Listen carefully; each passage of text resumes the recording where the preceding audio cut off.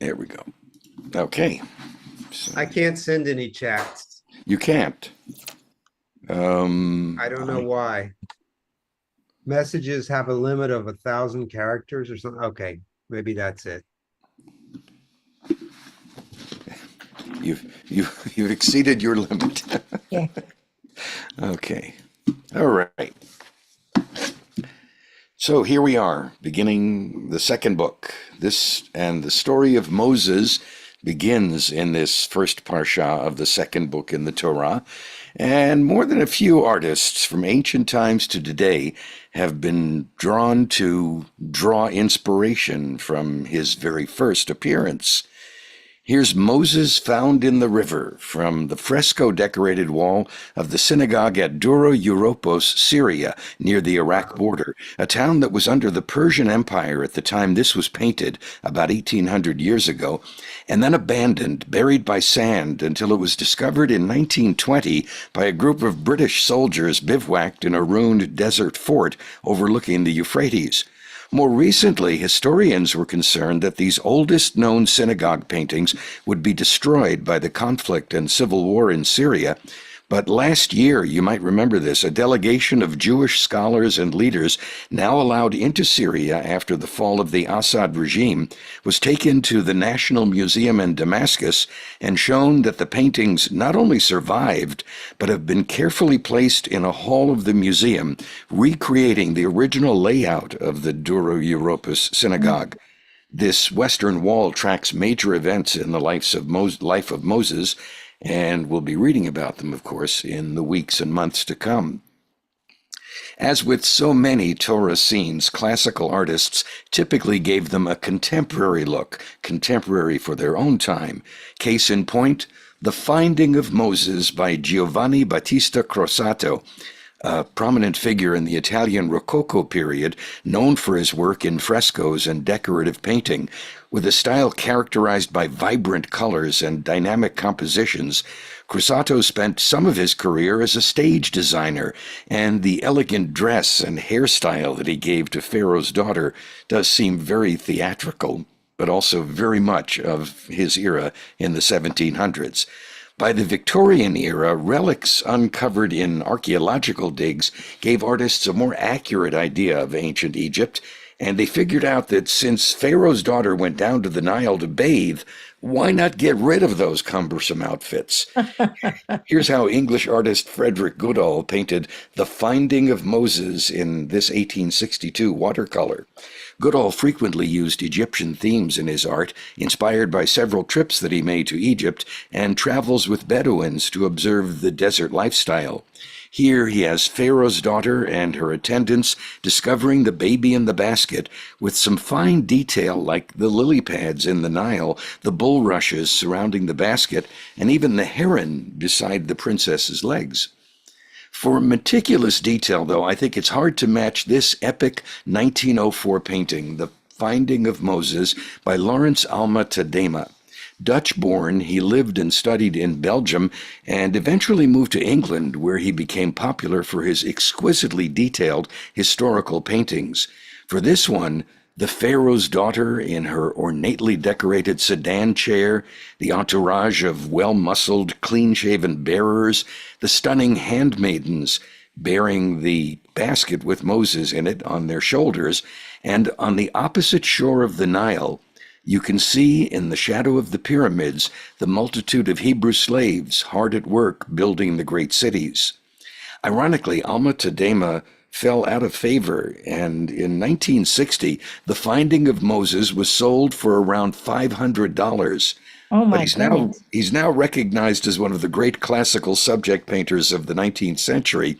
And in 2010, this same picture was bought at Sotheby's at an auction for close to 36 million. It should look very Wow. familiar because it inspired the look of Cecil B. DeMille's 1956 epic, The Ten Commandments. One of the screenwriters described how DeMille would spread out prints of paintings by this artist to show his set designers what he wanted to see on the screen. Also taking a much more realistic approach, from 1878, this is Moses in the Bulrushes by Elizabeth Jane Gardner Bouguereau. Born in New Hampshire, she spent her adult life and did most of her art in France. An independent spirit ahead of her time, she famously defied French restrictions against women drawing nude models by cross-dressing in men's clothing to attend the art academy, breaking the all-male barrier. The natural lines of the figures and the realistic lighting portray Yocheved and Miriam preparing to set the sleeping baby Moses adrift on his eventful Nile voyage, and note the blue ribbon that they have across the baby, something that will help the Pharaoh's daughter identify him as a Hebrew child. Contemporary New Jersey artist Leora Wenger, who describes herself as an artist and Jewish holiday preparer, has this watercolor take on that scene, not coincidentally pointing out the importance of water in the parashah. She also notes that Rashi explains Moshe was saved by the Nile, so it's Aaron who touches his staff to the water to bring on the plague of blood later in the story, highlighting the importance of being grateful even to an inanimate object like the river. We get a comic book or graphic novel take from Dutch performing artist and teacher Iris Eliza Shlomo in her Neshama Network art on Instagram. She describes Shemot as not just the beginning of the Exodus story or the introduction of Moses, but a celebration of the strength and faith of women. There are the midwives, Shifra and Puah, who defied the Pharaoh's command, saving the lives of Hebrew babies they had been ordered to kill, and Moses' mother, Yocheved, who risked everything to save him, and his sister Miriam, who bravely watched over him as the river carried him to his destiny, as he's discovered and saved by Batya, Pharaoh's daughter, who chose to rescue him and raise him as her own, defying her father's cruel decree and showing incredible compassion. These women, writes Iris Shlomo, with their strength and faith, not only saved Moses, but also the future of the Jewish people. Their actions remind us of how much impact quiet bravery and belief can have, even in the darkest times. Iris Shlomo writes that her father was born in Israel, the son of Jewish refugees from Baghdad. Her mother is Dutch, and though not Jewish, is connected to the Jewish history and culture. Her grandfather grew up during World War II, and his family kept a Jewish woman safe from the Nazis. She says both sides remind me of the importance to share the Jewish story. Now, you may have noticed that the art this week was all of or about women or by women. Rabbi Jonathan Sachs, whose commentaries are often brought up in these Torah studies, wrote about women as leaders in Parashah Shemot with its remarkable women, without whom there would not have been a Moses. Singling out the two midwives, Shifra and Puah, who defied Pharaoh's order to kill any newborn male Hebrew babies, Rabbi Sachs wrote, "This is the first recorded instance of one of Judaism's great contributions to civilization, the idea that there are moral limits to power. There are instructions that should not be obeyed. There are crimes against humanity that cannot be excused by the claim that I was only obeying orders.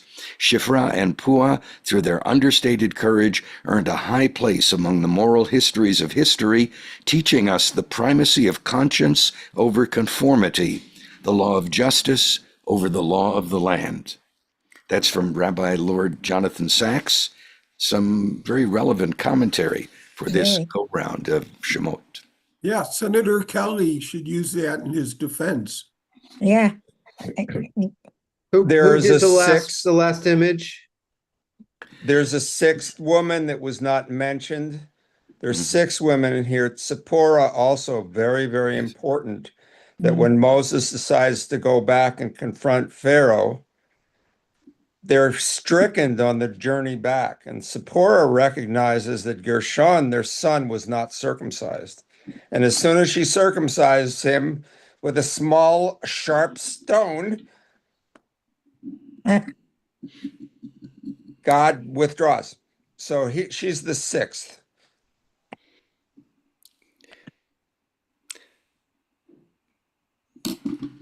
Fascinating. And we don't hear about his sons too much after that, do we?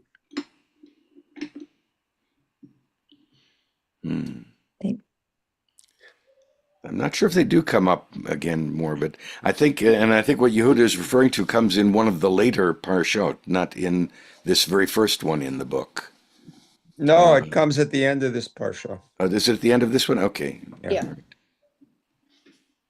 Yeah, this is definitely the parashah where women, the mention of names of women Yeah. Hmm. is more in this parashah than any other. Yes. Very And then, yes, significant. exactly. They're named even Shifra and Pua, who you would think would just be two midwives. But Mhm. Okay. So then you got to ask yourself, how is it that the Hawaiians knew about Pua?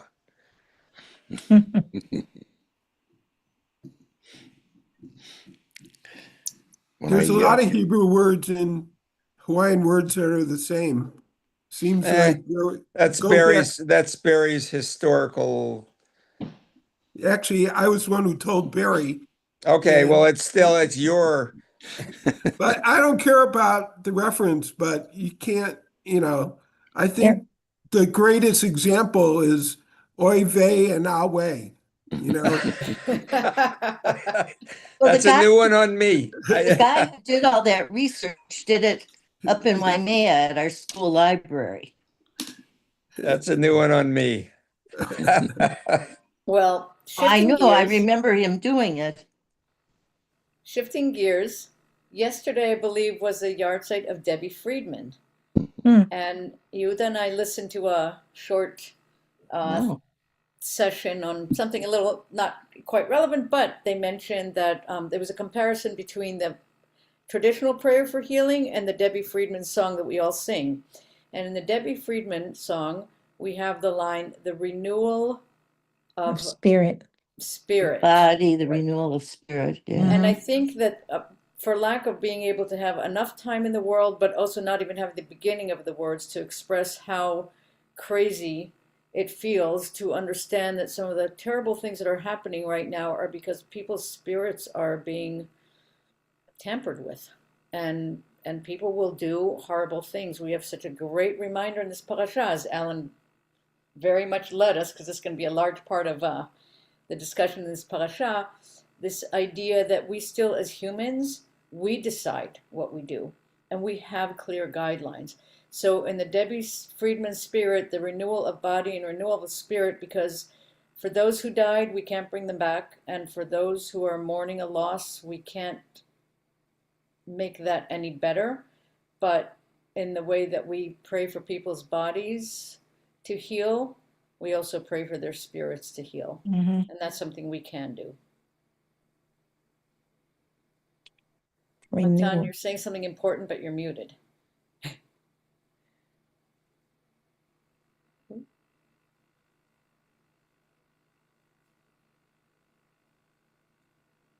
Meanwhile, if people want to say out loud names of people in need of healing, I will.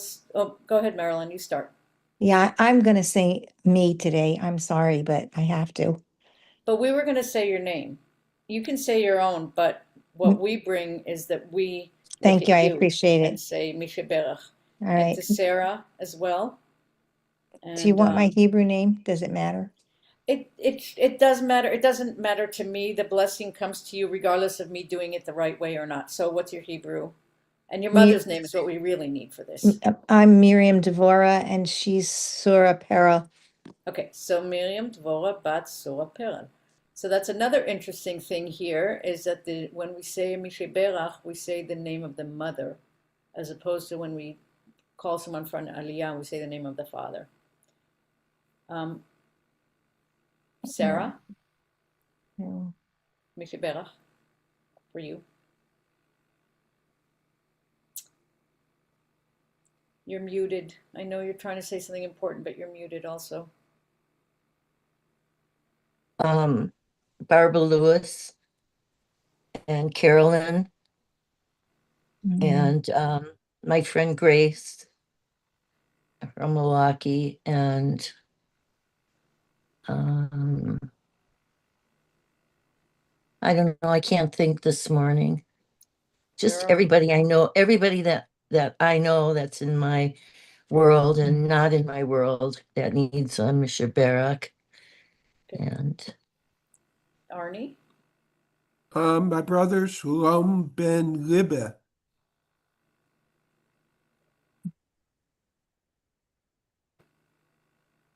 Marilyn, My daughter Rachel, Rachel, Elishiva, Bat Miriam, Bat Miriam Devorah. Craig, My friend Danny Levitt.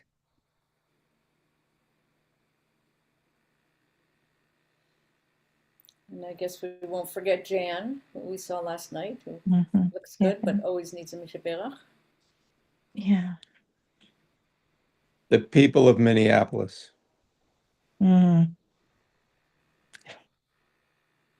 Yes, and the leader of this country.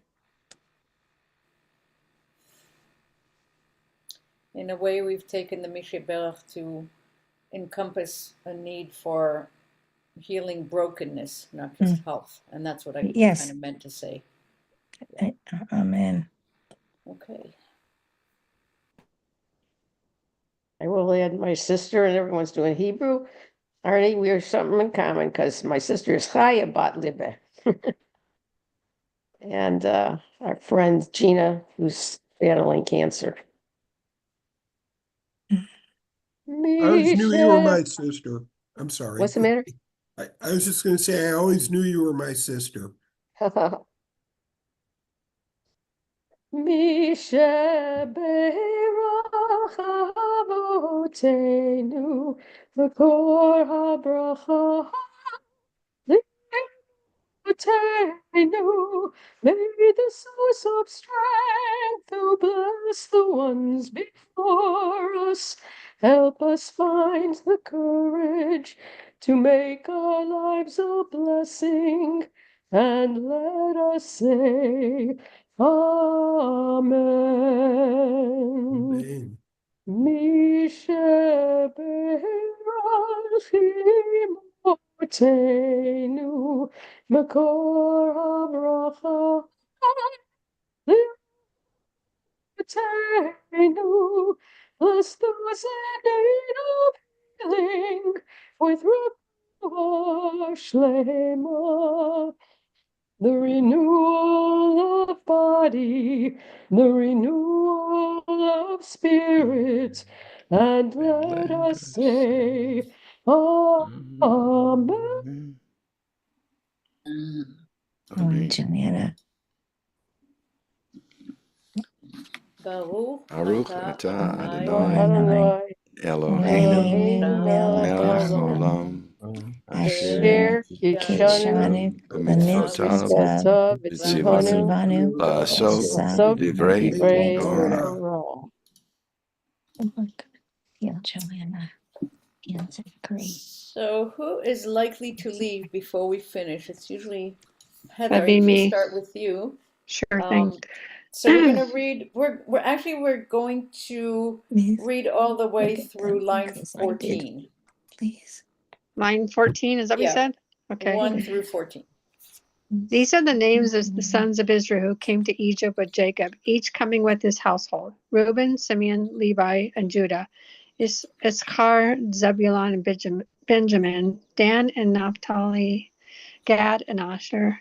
The total number of persons that were of Jacob's issue came to 70, Joseph being already in Egypt. Joseph died, and all of his brothers and all that generation. But the Israelites were fertile and prolific. They multiplied and increased very greatly, so that the land was filled with them. A new king arose over Egypt who did not know Joseph, and he said to the people, "Look, the Israelite people are too numerous for us. Let us deal shrewdly with them, so they may not increase. Otherwise, in the event of war, they may join our enemies in fighting against us and rise from the ground." So they set taskmasters over them to oppress them with forced labor, and they built garrison cities for Pharaoh, Pithom, and Ramses. But the more they were oppressed, the more they increased and spread out, so that the Egyptians came to dread the Israelites. The Egyptians ruthlessly imposed upon the Israelites the various labors that they had made them perform. Ruthlessly, they made life bitter for them with harsh labor and mortar and bricks, with all sorts of tasks in the field. Well, that was fast. This is a loaded parashah, and it's really, we got to make sure to get all the good stuff in. The first few lines seem to just be a connection to Genesis, reminding us who these people are, the names of the people, which are the names of tribes, if you will, but they seem to be, after the last parasha, the names of qualities, of personalities, of strengths, of weaknesses. So that's how I look at it when I read these names after we had what were the so-called blessings in the last parasha.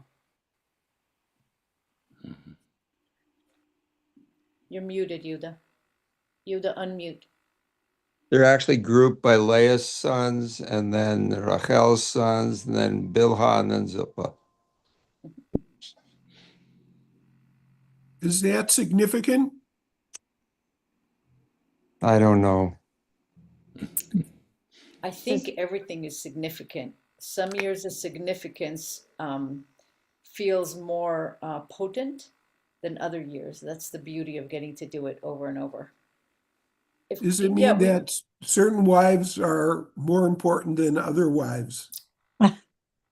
Well, as the history of Israel continued and it divided into basically northern Israel and southern Israel were the lost tribes that didn't survive. And southern Israel, which was basically Judah and Benjamin, even though Simon was encompassed within, they did survive. And even though they went into exile, when they came back, they still had survived. So Originally, wasn't it always that the actual wives their children took precedent over their handmaids, the concubines who gave birth? So I thought that was basically kind of the general rule for how they named them. Which brings up the whole idea of should there be this hierarchy at all? Like mom always likes you, especially since our origin story is all about brothers at each other's throats. Alan? I found interesting the simple line in there that that Joseph and his brothers and that entire generation died.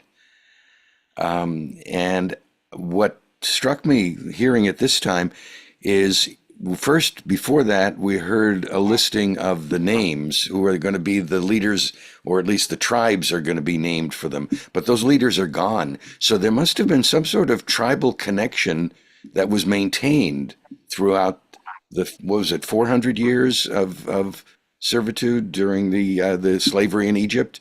So they must have maintained some sort of connection with who their genealogy was, who the leader of their tribe was, even though that wasn't really established until afterward when Moses had them set up by different battalions, by the different tribes with their banners in front of them. Actually, Arnie, go ahead. I'm going to hold off. Yeah, I've been listening to a series of podcasts by these Israeli archaeologists. It's called Kedem Channel, just like the wine, and really fascinating stuff about, basically the premise is maybe they really weren't in Egypt, maybe they were in Israel because Egypt had taken over that whole territory, and that land was a vassal, and they were in servitude to Egypt still, but they hadn't actually left the land. They were still there.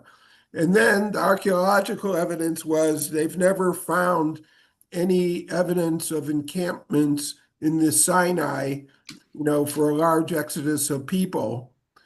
And anyway, it goes to my theory of, why tell a story when you could tell a really good story that's going to be remembered, and how generations might embellish a story to make it even better. Or you could take it for, just like it said, it doesn't matter. I mean, but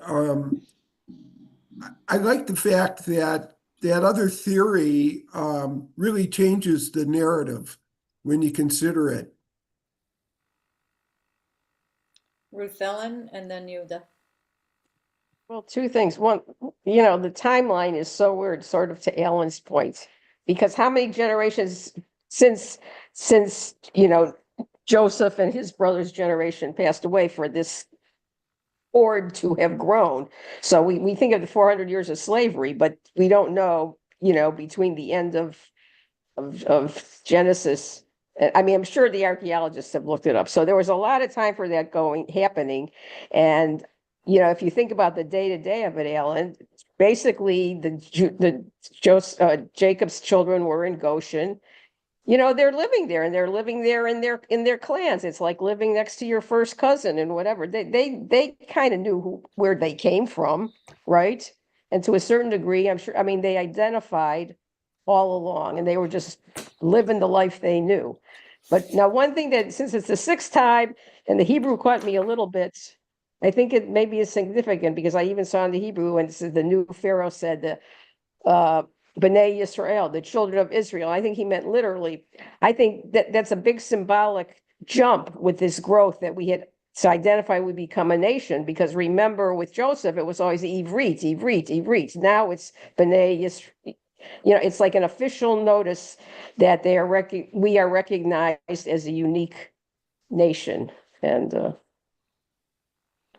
so I guess to a little bit, it's not just a single story anymore. It intensifies the magnitude of the story to mythical proportions.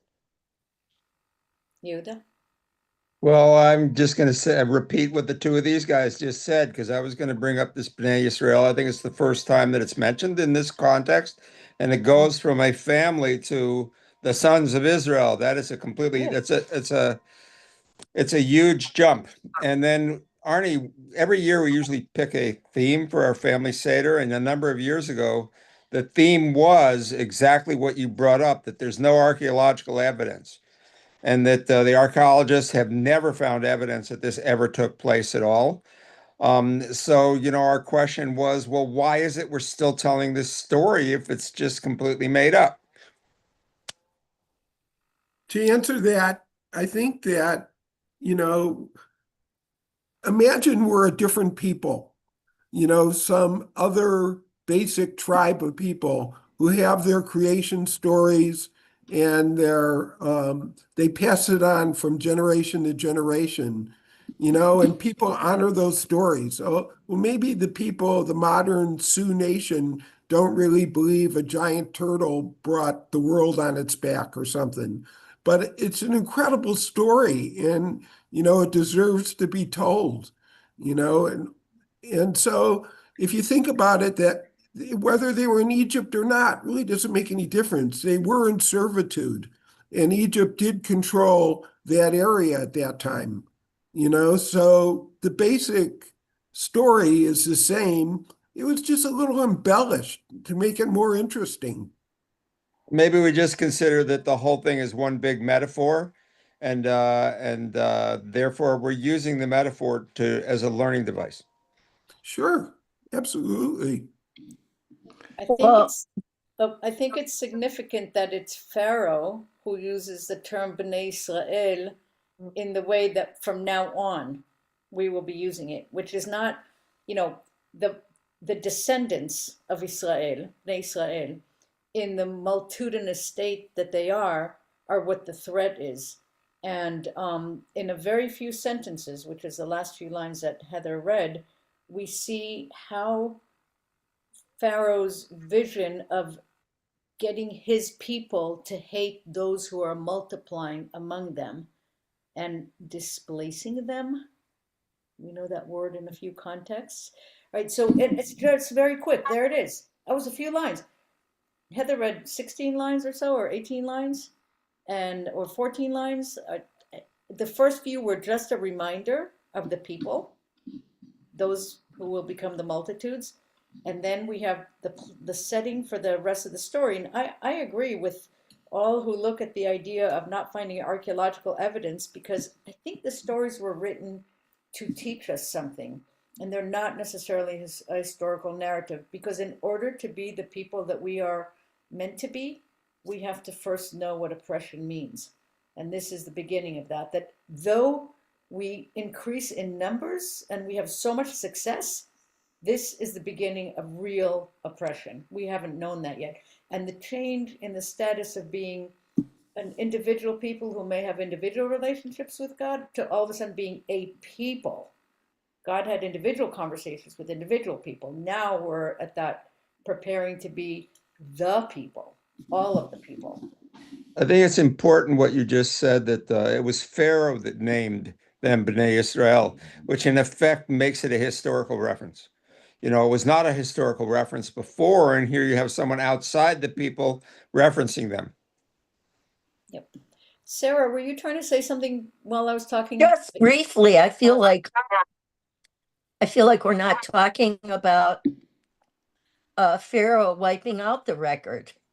I mean, if you look at all the horrible things that happened to him and that happened in this time period, that's very often what they did, was they changed the narrative. I mean, look at us today and how the narrative has changed with so many things happening. It's not a far reach to me that Pharaoh would just wipe out this whole record. To me, that makes more sense than just saying, "Oh, it never happened." I agree. I agree. Yeah. I'm not, you know, we have filters with which we see the world, and the filter at this moment for me in the way that I'm speaking is that one. It doesn't take away any of my other understandings, just the way today I look at. Absolutely, 100% makes you really like understand that that could really happen. That the way things go down in history are, you know, questionable. Ruth Ellen and then Ellen. Well, I was just thinking about last Monday, you know, the fluidity of memory and the reason why the question is never definitively answered. We still don't know. And the other thing is this tendency for people in our own time to think there was never any history before. So look about Greek mythology. We used to call it mythology, that it was in their dreams. And what came to mind is at certain points, I don't remember exactly, but there were some archaeologists had come up with evidence that there really was a city of Troy. You know, it's all this Achilles, all these people that we think of as mythological characters may have had some foundation in human history. So we conflate all these things in our memory, and then when we think we're right, the hubris of the West to say, you know, we can believe how Jesus was immaculately conceived or whatever, you know, all those things. But the idea that Zeus sat on high or that there were heroes that were half king, you know, none of that. So there's probably, this is sometimes what gets us in trouble in trying to parse out the truth, is because there's always a thread of something that somewhere maybe someone could have witnessed, or we could say, well, it's possible, you know. So Alan? keep questioning. I just wanted to add, and it's sort of a support for what Sarah mentioned, since everything I know about history I learned from the movies.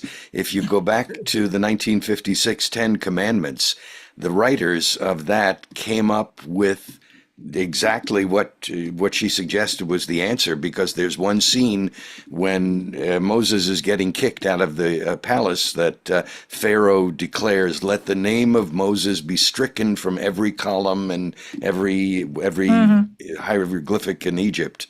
And so they sort of answered that question back then, because that question lingers of why we don't have a historical record, and then add to that something that happened not too many centuries later was the destruction of the great library of Egypt in a fire, and all the papyrus scrolls that might have had this detail in them were turned to ashes.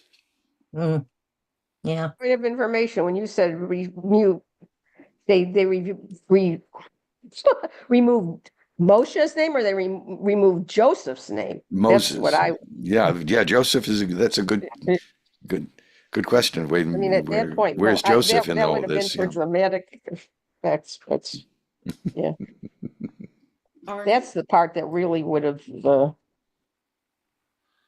Probably all of it. So I was just, I saw the Ten Commandments when I was, let's see, 9 years old. And the thing that stands out to me the most is the only Jewish actor in there was Edward G. Robinson, Yeah. who played the Egyptian taskmaster. Oh, he's no, he's actually Jewish taskmaster. He's over the. He was one of the kind of a capo. Yep. Oh, you was know. he a cop? Oh, I Yeah. remember Moses killed him. That's what Yeah. the dramatic scene. It's the only movie in my life I ever was thrown out of. I was a young boy and rabbi's son, no less. And my mom dropped us off at the movie in Manhasset. It was a snowy day, and it was cold outside, but she just dropped us at the door, and we walked right in.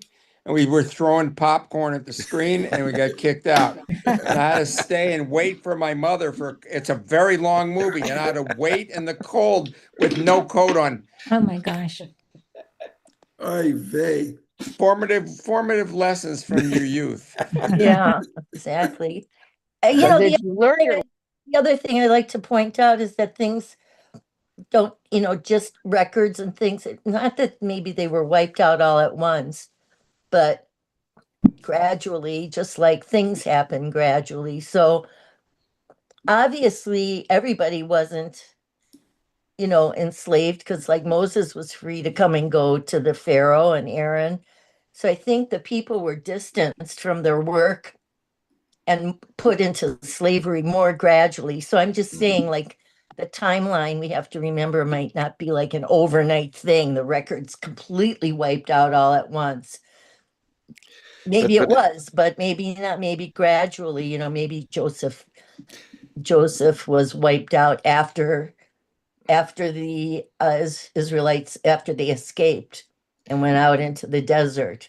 But there's also a conventional wisdom that history is written by the victors.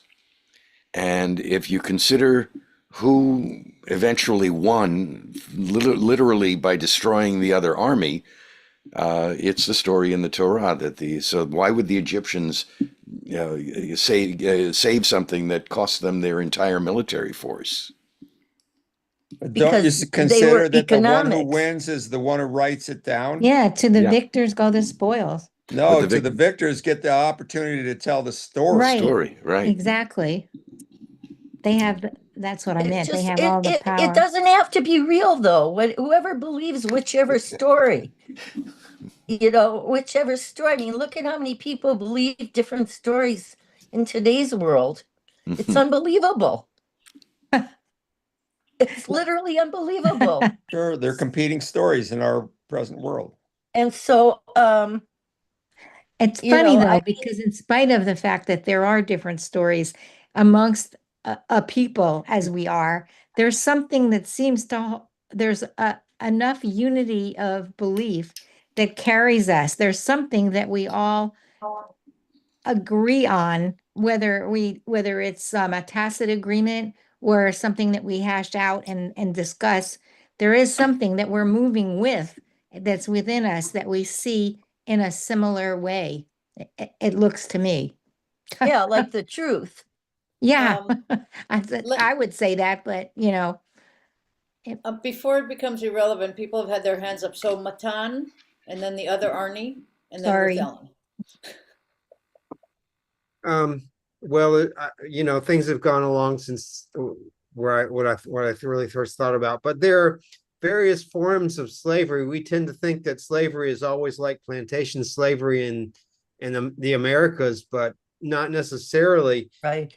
And the slavery of the Jews that's described here is probably more of the kind of slavery that the Egyptians had, which they would go around to the various villages and they would take the young men from the village and take them over to build the pyramids, and they would work for a certain amount of time and then they go Yeah, back.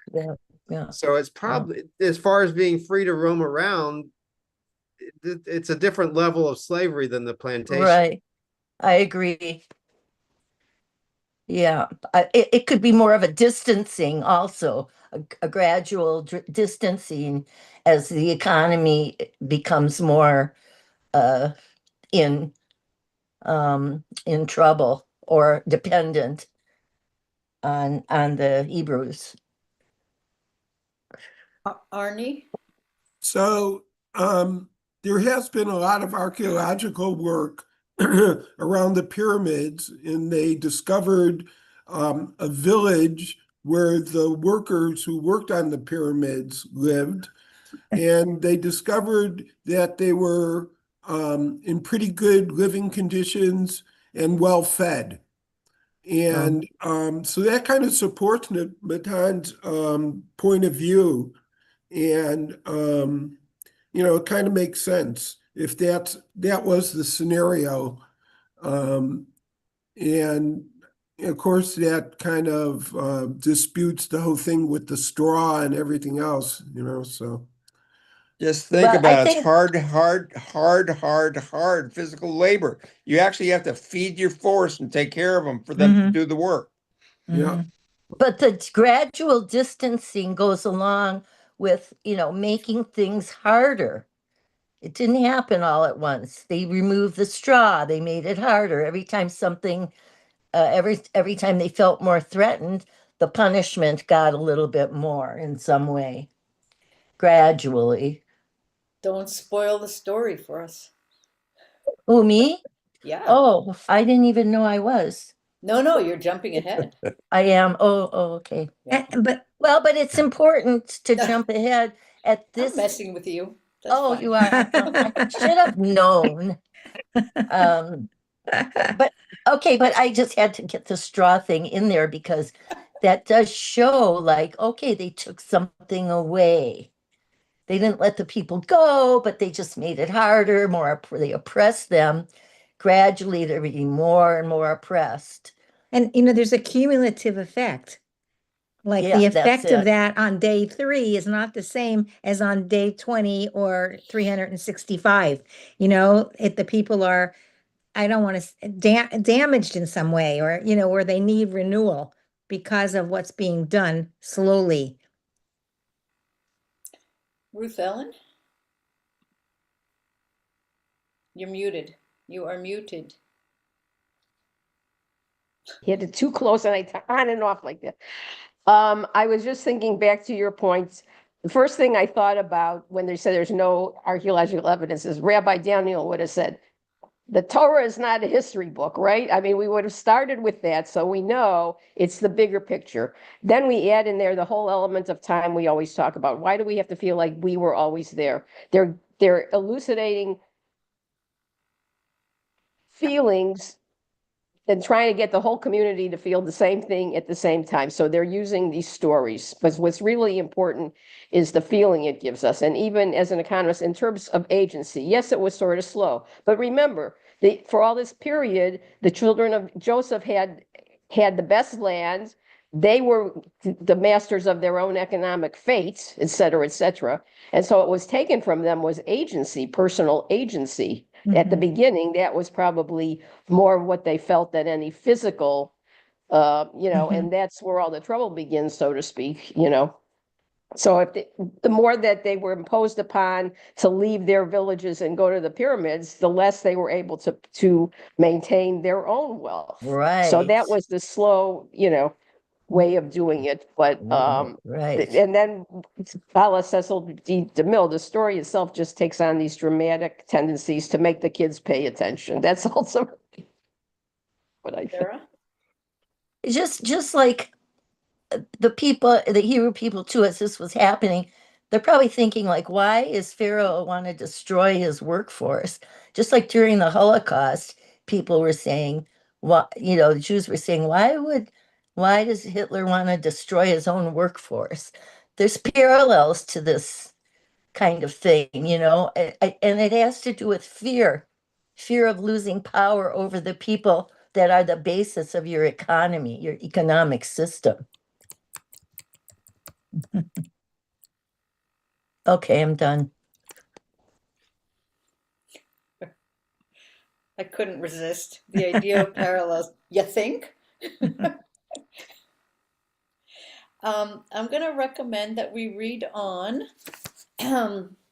Whoever would like to read now through And also 1 second, and also today you have this other thing where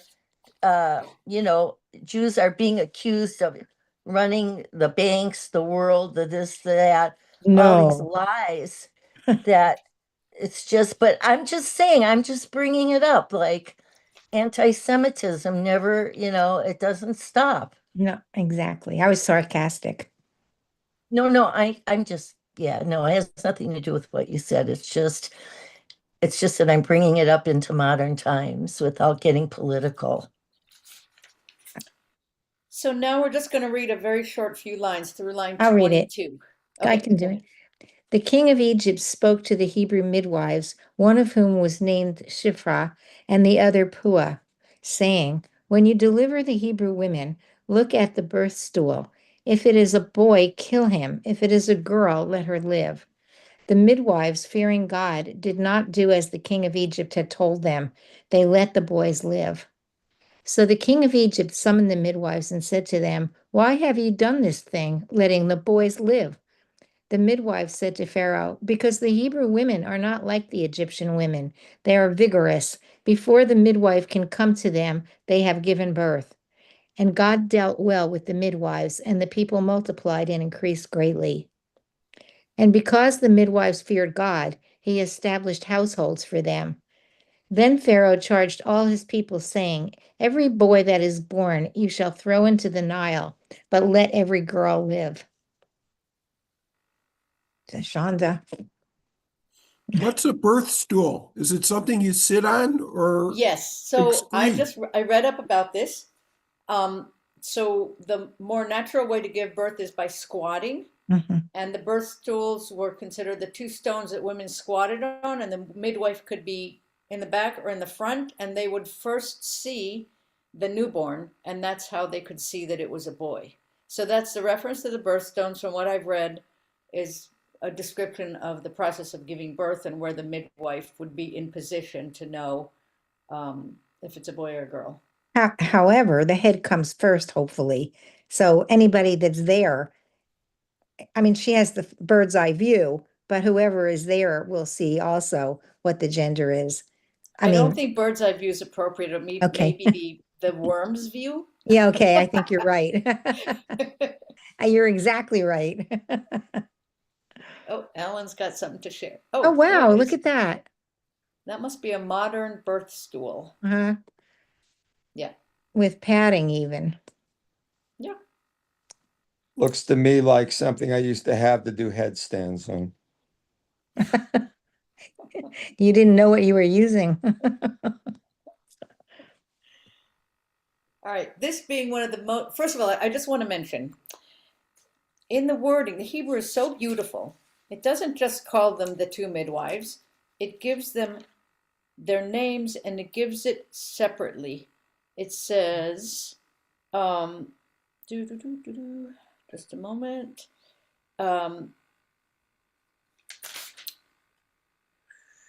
Well, it calls them Pu'ah and Shifra separately. The one was named Pu'ah and the other was named Shifra. Not just, oh, Pu'ah and Shifra. It's a very significant, that mirroring of using the and before a name instead of saying Abraham, Isaac, and Jacob, saying the father of Abraham, the father of Isaac, and the father of Jacob. It gives them prominence. It gives them a different context. Also, what's really glaring is that Pharaoh is not named. It is just Pharaoh, and they are. So I just wanted to point that out. That's in my reading this year. I noticed that. And then the obviousness. Let's get into that conversation about, hello, the obviousness of not following orders blindly, but your internal Well, I think sense. it's really important to bring up the fact that this must have been some kind of bond between the Egyptian women and the Jew and the Hebrew woman having a baby. Why? The question is, why would they decide not to kill the male child, which is Pharaoh's order? And that, I think, has something to do maybe with the birth. I mean, women at a birth and a baby being born, this is a very deeply feminine thing. There must have been some kind of camaraderie there between these women. It's spiritual. You know, anybody that's been at a birth, that is not just an everyday happening. It's a spiritual experience. Didn't the Pharaoh and- get it wrong? Where are all the babies coming from? Why not kill all the women? If there are no women, there are no babies. So before I call on Matan, let me clarify two things. Number one, It needed a the workforce. reference to baby boys is hearkening back to what Pharaoh's major worry is. They will multiply and they will have armies, and those armies will turn against us. So armies were associated with men, and that's kind of classically considered the reason why the males will be killed. And the other point, the other point is that there is, by the way, there are two ways to look at the Shifa and Pua, whether they were Israelites or Egyptian midwives who only helped birth the Hebrew Israelite women. women. So The- that is, and that's kind of important too. We'll get to it, but I just wanted to clarify that it's not a common agreement of who they were. They were Israelites versus Egyptian. I thought I heard a reference to them being Israelites. Did I not? As I make that up in my head? No, there's They're a lot of referenced in the Hebrew as being the Hebrew midwives, but does Yes. that mean Oh, right. they were Jewish, or does that mean they specifically worked delivering Hebrew babies? Interesting. Mhm, Yeah. mhm. Okay. It's Now, the- Matan, sorry, I didn't want to. Sorry. We're having this debate today. I just this week heard Senator Mark Kelly on the radio with an interview, and he was talking about Pete Hegseth, who has criticized him tremendously to the point of bringing charges against him and reducing his rank and reducing his retirement pay, because he said that U.S. troops need to have should disobey on illegal orders. And I understand in Israel that's also the case. Is that correct? The issue of disobeying illegal orders is at the core of a lot of international law. It's not a Jewish thing at all, right? That's acknowledged. But the example back to this being the first case of the story of Pua and Shifa is noted in like the first case of civil disobedience, the first this, the first that.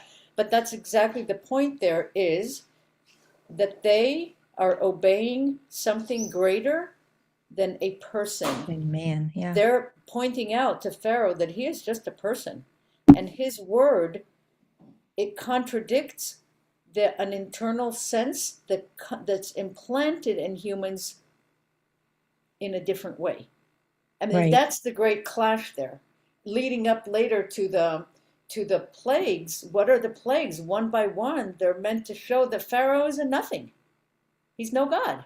Those are the plagues, Yeah. right? Because individually, the plagues aren't going to do as much harm as you think, but they are there to point out that Pharaoh is no God, is not Right. Elohim. And in fact, somewhere else, and I can't remember where at the moment, we're told to not extinguish if there's the slightest flicker of life, we're supposed to do what we can to maintain it, to increase it, not to snuff it out. That's an instruction. Right. I think there Pardon? was a moral imperative when we had the Nuremberg war crime tribunals after World War II. All these Nazis were just saying, "Oh, I was just following orders," and we said, "No, you have to make a moral decision. Yeah, you can't get off just because someone told you to go kill some Jews, right?" So I think that it's a lesson in the moral imperative. So Yeah. Ellen? What do we make of the line? I couldn't find a commentary that explained it. At least I didn't look deeply enough. That because it's line 21, because the midwives feared God, he established households for them. The classic understanding that I've understood from it, at least the one that sticks and I can remember, is that he so valued how they handled the situation, that he gave them offspring. Okay. Right. So when we talk about the offspring of, we've got the 12 tribes, we've got this idea that people come from something, and from wherever they come from, they bring those values down through the generations. That's been my understanding since I've read it. I feel very strongly that that's the purpose. Okay. He made sure they had offspring because they had qualities that were that needed to pass on. Anyone Because else have a different explanation for that? So I think the Hebrew vayash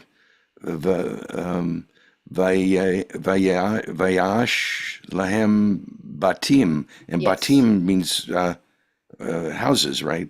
Just It does mean houses, but it doesn't mean physical houses.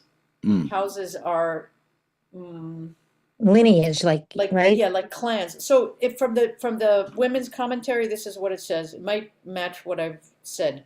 It says the established households for the midwives. The midwives are rewarded for their role in helping to increase the Israelite population by having progeny of their own. Perhaps this notice means to suggest that a lineage was named for each midwife.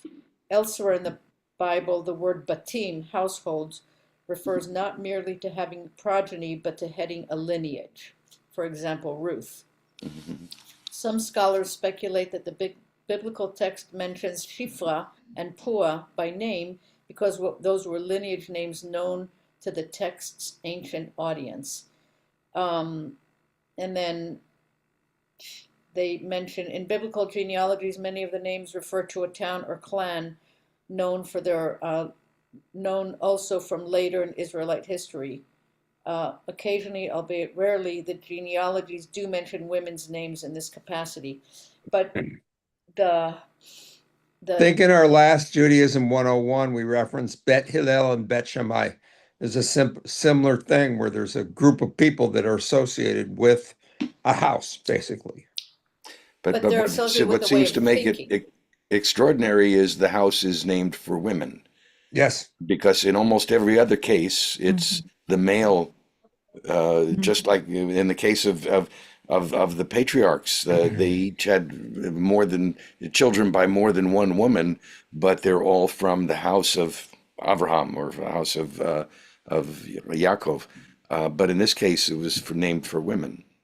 And I think that's one of the things about this parashah that has been one of the lenses through which you look at Torah is the named women and this very significant roles. I mean, the whole book of Shemot has like peppered in it, which the book of Bereshit does not. They have like little individual qualities, but there are significant ways in which humanity is saved by women.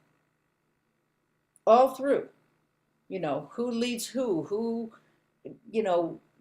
points out, who stops the whole procession because of, that women have very, very important roles in defining the change between being the individual Bnei Israel, the individual people who are descendants of Israel or of Jacob, to there being a nation. And that's where the women are very prominent at the beginning of this journey. I think it's very significant. And I think it's the lack of imagination of the writers that's not continued through. Yehuda? What if we think of Genesis as all a myth that was written down, and now here the actual writing starts in Exodus, and the writing is done by everybody in effect. And even I wouldn't say that the women were necessarily taught to be scribes, but their stories were very important in the real time. And I think this is the beginning of real time. Interesting lens.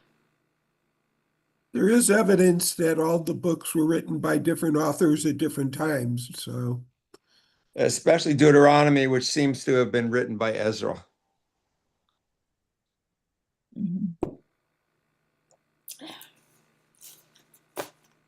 All right, we can come back to the subject of these women, but now we're going to read 2,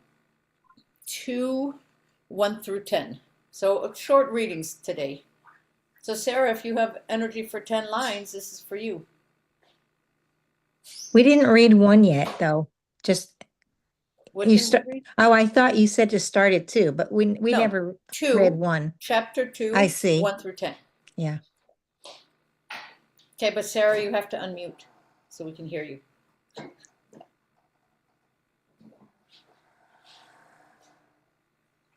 Oh, okay, now I'm unmuted. Yes. A certain man of the house of Levi went and married a Levite woman. The woman conceived and bore a son. And when she saw how beautiful he was, she hid him for 3 months. When she could hide him no longer, she got a wicker basket for him and caulked it with bitumen and pitch.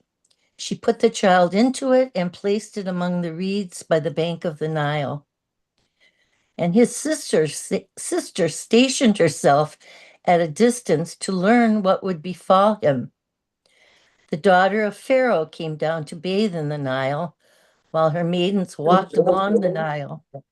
She spied the basket among the reeds and sent her slave girl to fetch it. When she opened it, she saw that it was a child, a boy, crying. She took pity on it and said, "This must be a Hebrew child." Then his sister said to the Pharaoh's daughter, "Shall I go and get you a Hebrew nurse to suckle the child for you?" And Pharaoh's daughter answered, "Yes." So the girl went and called the child's mother. And Pharaoh's daughter said to her, "Take this child and nurse it for me. I will pay your wages." So the woman took the child and nursed it. When the child grew up, she brought him to Pharaoh's daughter, who made him her son. She named him Moses, explaining, "I drew him out of the water."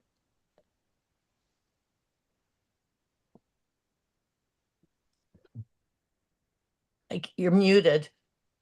Example Muted. number 2 of women defying Pharaoh's decree. Yeah. Because how in line 6, she opened the box and she sees, oh, wait, yeah, and she sees a baby crying and she says, here's a crying boy. And she felt sorry for him and she said, this must be a Hebrew child. So, in whatever way she knew that, by saving him, what was she doing? Disobeying Pharaoh. Yeah, that's how I So read it. this is a case of a woman getting paid to nurse her own kid. I Yeah, love it. Which is exactly. the first I love that. example of women entrepreneurship in the Torah. That is so amazing. Yeah. God's And then the way she mercy. knew he was Hebrew probably was he was circumcised, yeah? No, No, Not yet. no, Oh, yeah. Okay. yeah. I think it's an example more of God's mercy of how that happened and how that child was saved and the continuation of the story. I think that's what's, not that the women don't have an important part. They do. God used women, and that's an important thing. We're here. We're not just, part of the landscape. The story works in many ways. There's no right or wrong, clearly. I love that there are parallels, and the Hebrew makes it a little bit easier, I have to say. But there are parallels, and there's a couple that I'm going to point out later on in the use of language and the repetition of words that, also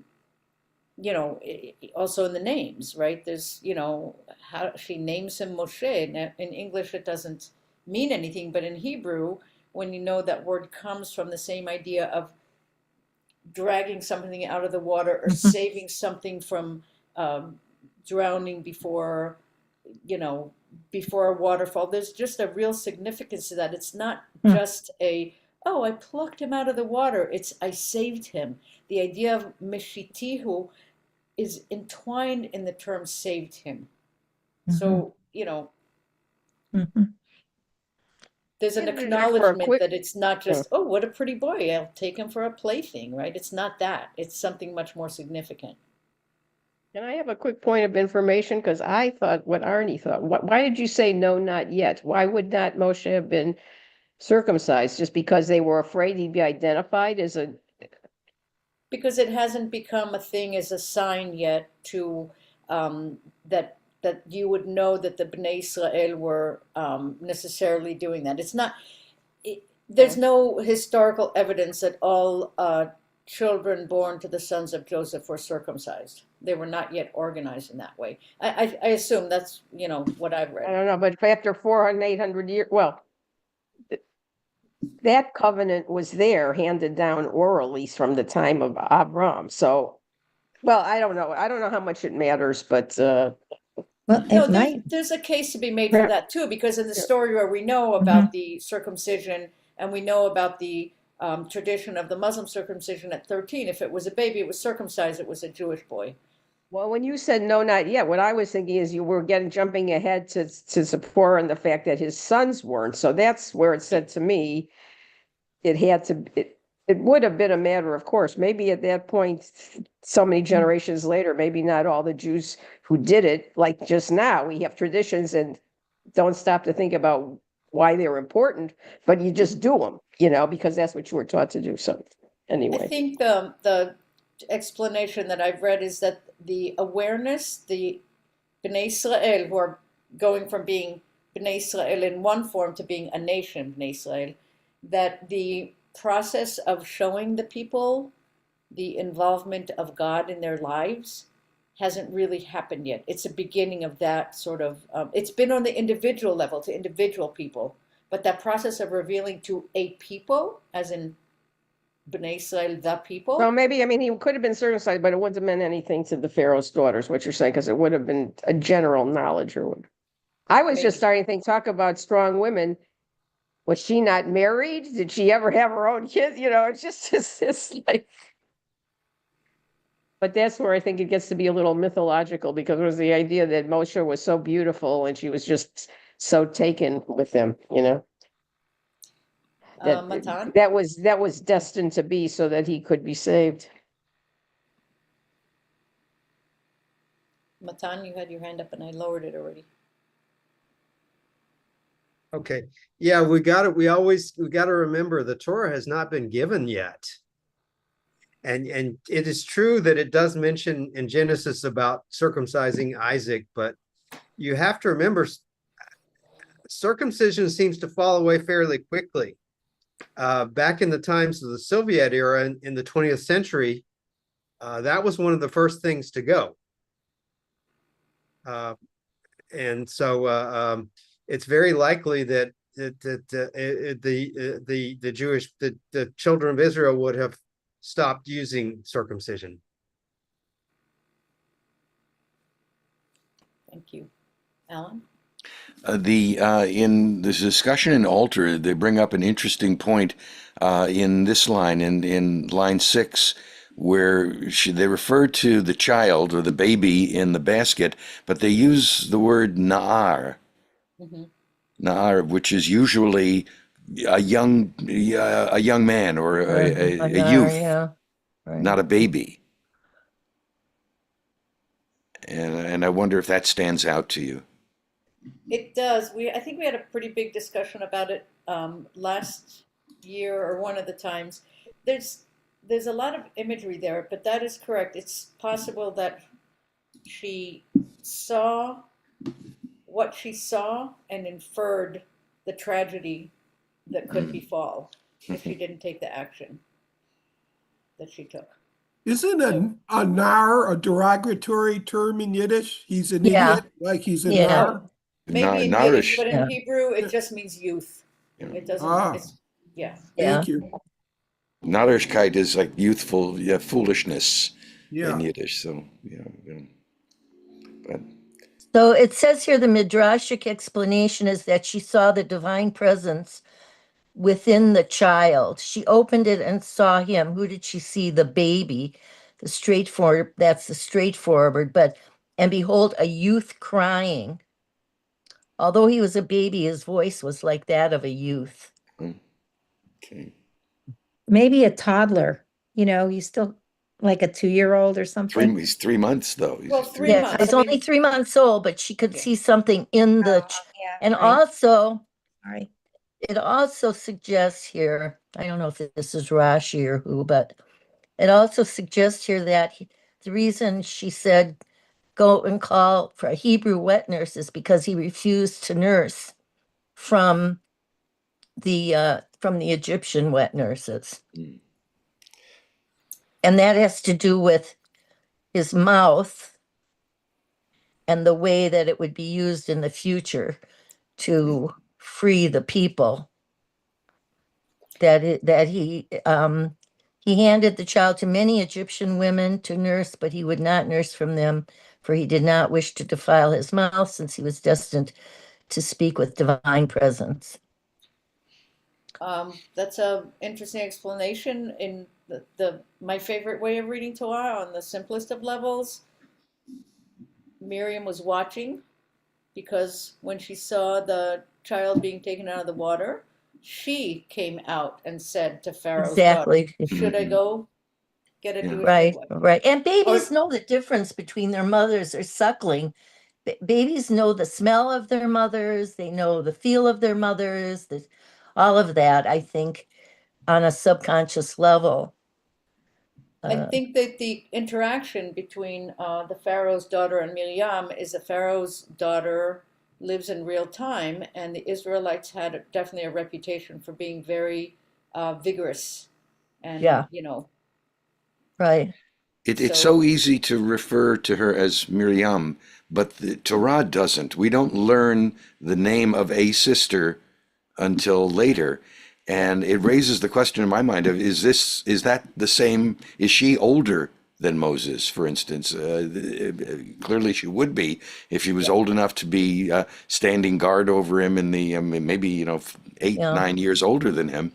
But also, neither she or Yocheved are mentioned by name at this point. We learn Yocheved's name much later, and we learn of Moses having a sister, Miriam, later. But could he have had another sister who was the one who was here at the bulrushes? well, there is a reference from Chronicles and from Micha, which does mention Amram had 3 children, and so that's That's where the three. names came from a different reference. Mhm. But yeah, I mean, you're right. There is no particular mention there. We refer that from the cyclical learning, and we bring that knowledge into our understanding. Mhm. This is interesting too. Pharaoh's daughter said to Yocheved, take this child and nurse him for me, and I will pay your fee, which is what Arnie or brought up or somebody. And so the woman took the child and nursed him. The word take this child, she was prophesying. Isn't that interesting? So what was the prophecy? Take this child. In effect, she's saying, here is what is yours. Take what is already yours, which is prophesying the future Hmm. of take this people. That's very interesting to me. It's like you have to watch what you say because you don't know down the road what that's going to mean. Do But you know she, whether that's the interpretation of that book, or is that actually I implied don't know in? if this is Rashi or who, but it's Well, I'm kind of asking Aviva or some Hebrew speaker. Is that the take. assumption? Yeah, like what do you think about that in Hebrew? What does that infer or imply? Specifically, the mention of take this Yeah, child and nurse him. because Sarah offered, I mean, from the interpretation she's reading, she offered something that I mean, do you think that that's in fact what that means? She gave Well, it back to the mother. She gave the child back to the Hebrew mother. I'm not disagreeing, but I'm asking if actually Right. the way it's written, does it say that, or is that just the I interpretation don't think she, I think it's a midrash. Yeah. So I don't think she realized that she was prophesying when she did it, but the action of giving the child back was like something in the future, which the people would be given back, taken So- away from, eventually would go back. Moses would take the people back out of Egypt, which is a very interesting, I think. I mean, every trying to action has a answer- reaction, Yeah. right? I'm just trying to try. Right. If I'm understanding Marilyn correctly, I'm just going to throw this Okay. factoid out there: is that we always read the historical context of the time, and we read into that. So there were practices of adoption. There were practices of adoption for many reasons, but part of the process of adoption, if the birth mother was available to nurse the child, that would have been a practice of the time. Okay. So it's not out of context in any way you look at it, but if you just want to look at the historical, at the time, there are other examples of wet nurses Yeah. for different reasons. Mhm. Like maybe a woman couldn't produce milk, or maybe Right. a mother died, or, or adoption, which was a thing already then. Right, right. So Or it goes back to the midrash that he wouldn't nurse from the Egyptian women. all of that. All of that. Yeah. Huh. Thank you. Sometimes I do wonder how much bending over backward there is in Midrash to try to make things Yeah. fit a certain image. One Midrash that I heard about or ran across in looking up some of the art was that apparently Batya, the daughter, who was the name given for the daughter of Pharaoh, Pharaoh. was actually going down to the water to do a mikveh. So she was already a pretty observant person, even though she didn't know it. Mm-hmm. That's another one of those things. Yeah. So. And then Yeah. there's the privileged status of the daughter of the Pharaoh could see a pretty boy and say, "Ah, I will adopt him. We'll show him the ways, and he will become one of us." Oh, Craig is putting something in the chat. Let me read it. It says, "Oh, go ahead." I was thinking about the circumcision talk, and some scholars say that Moses was born circumcised, or Oh. magically got circumcised on the 8th day, and that other prominent biblical characters were as well: Adam, Seth, Noah, Jacob, Joseph, Moses, and Job. So when we think about an immaculate birth, I never thought about an immaculate circumcision, but I guess it exists for some people. This is where, for me, this doesn't work for me. Me It either. doesn't work for me because the lens through which I read, and when we continue to read about Moses here, there's something about him being very human, having the human qualities of both humility, fear, not wanting to be bothered. Like it's the qualities in Moses that are like us that actually are what I read into the story. Because despite that, him becoming what we consider the greatest leader of all time, after which many leaders model themselves, it's the human qualities. So if you just put some divinity into the circumstance of his birth, it's like, where's the fun? Like, what do I get out of that? It's just, I just have to believe that. I don't get to formulate my opinion. So it takes the fun away from me, that interpretation. Yeah, it feels like it takes the truth away from me. It just makes it too, oh, come on. Yeah. A whole slew of them born circumcised. Arnie? Well, speak about circumcision. I know the guy that does it is called the moil, which means mouth. And I was wondering, I heard that was the original way of circumcision, was biting the foreskin off. But obviously here they're using flints to do it. And I didn't know, exactly how the ritual was performed back in the day, or if there's any midrash on it, or anyone knows, the history of it. I'm sure there's lots of midrash on it. No one knows the story, huh? It's I'm glad that they, turned to surgical instruments. That's just personal, but, it'd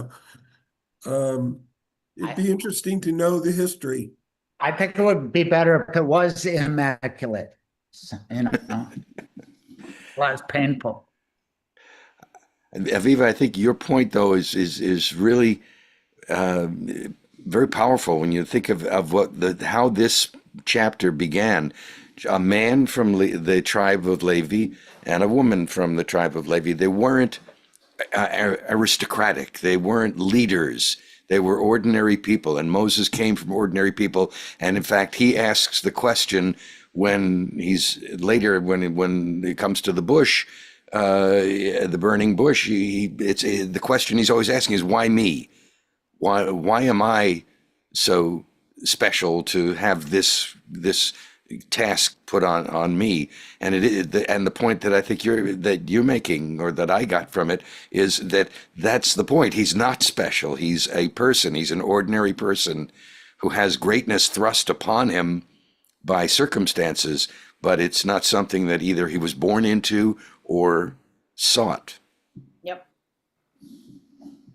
And in that line, let's understand a little bit more about Moshe. And it's going to be also a short reading from 11 to 22. So whoever would like to read it, just unmute yourself and read. I'll read. Okay. Second. Sometime after that, when Moses had grown up, he went out to his kinfolk and witnessed their labors. He saw an Egyptian beating a Hebrew, one of his kinsmen. He turned this way and that, and seeing no one about, he struck down the Egyptian and hid him in the sand. When he went out the next day, he found two Hebrews fighting. So he said to the offender, "Why do you strike your fellow?" He retorted, "Who made you chief and ruler over us? Do you mean to kill me as you killed the Egyptian?" Moses was frightened and thought, "Then the matter is known." When Pharaoh learned of the matter, he sought to kill Moses. But Moses fled from Pharaoh. He arrived in the land of Midian and sat down. Now the priests of Midian had 7 daughters. They came to draw water and filled the troughs to water their father's flocks. But the shepherds came and drove them off. Moses rose to their defense and he watered their flock. When they returned to their father Reuel, he said, "How is it that you have come back so soon today?" They answered, "An Egyptian rescued us from the shepherds. He even drew the water for us and watered the flocks." He said to his daughters, "Where is he then? Why did you leave the man? Ask him to break bread." Moses consented to stay with the man, and he gave Moses his daughter Zipporah as wife. She bore a son, whom he named Gershom, for he said, "I have been a stranger in a foreign land."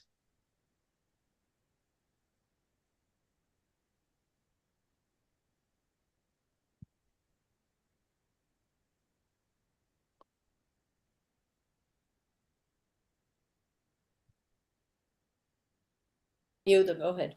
So we see here that not only did Abraham do Hachnasat Orchim, welcoming of the stranger, Yitro does too. Who's named Reuel here, but it is who we know as Yitro later on because of what we know. I'd like to ask a question, but I don't see how to raise my hand. I can't find it. That's okay. Okay. Speak. It's back before we read this last part about whether or not there's anything special about the Levites. And I looked it up because I think it's interesting. You made a point of, and the Bible makes a point of, the Torah does, that he married a woman also from the tribe of Levite. So we have a reinforcement of whatever traits or designations were set for the Levites. And when I looked up, what is unique about the tribe of Levi? The answer here is that the tribe of Levi was unique as God's chosen priestly tribe, responsible for certain religious duties and not land inheritors. serving as mediators between God and Israel, caring for the tabernacle, and teaching God's law, with Aaron's descendants forming the priesthood, while other Levites performed support roles like musicians, guards, and temple maintenance, blah, blah. But anyway, I think that it's interesting that they were called out for these specific roles. And I mean, I don't know how it is that we are the way we are, but there is something to genetic differences, slight as they may be. You might have a proclivity towards, towards teaching or towards serving. I mean, we all need to do it to some degree, but some people may be better at it because of the way they are put together. And I don't know whether that's true or not. And I know then you get into being a Nazi, and I don't want to go there. So but it does leave some room, especially since he married somebody from the tribe, and it's said like that's an issue. It's a point. And contrary to what you suggested, that means that they're just like everybody else. Where does it say that Zipporah is a Levite? I can't find it. It just said That's- that he married somebody from the tribe of Levite, is what it says. I think that the Levite reference was to Yocheved and Yocheved, Amram. Yeah, to Moses' parents. right. Yeah, Moses' parents were Levites. Moses was a Levite, Right. but Right. not Zipporah. Not Zipporah Sephora, is, no.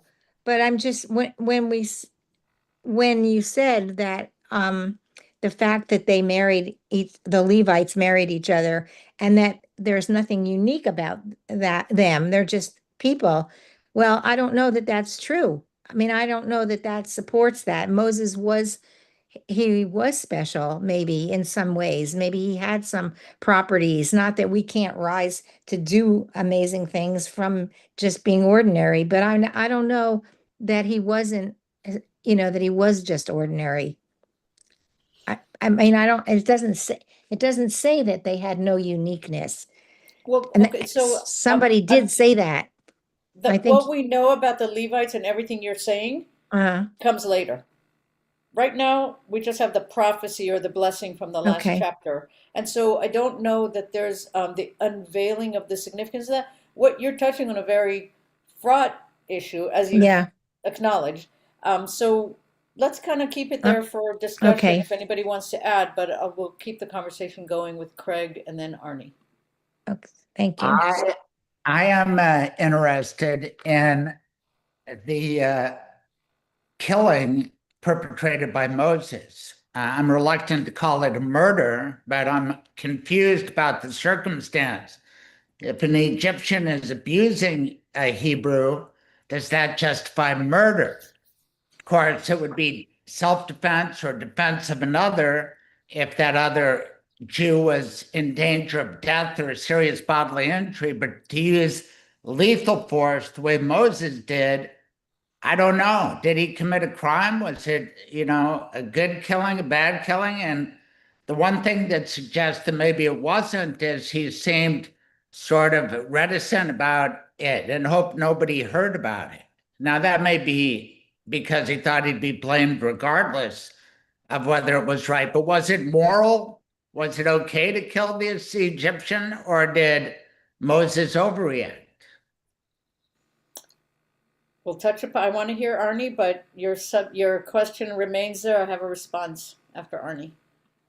Yeah, sorry, my response isn't to Greg's good point, but I was just going to tell Marilyn that through this group, I learned you can raise your hand by going down to the bottom bar, and you'll see a heart that says react. Click that little heart that says react, and you'll see raise your hand. Yeah, okay, I'm And looking that's for how it. you do it.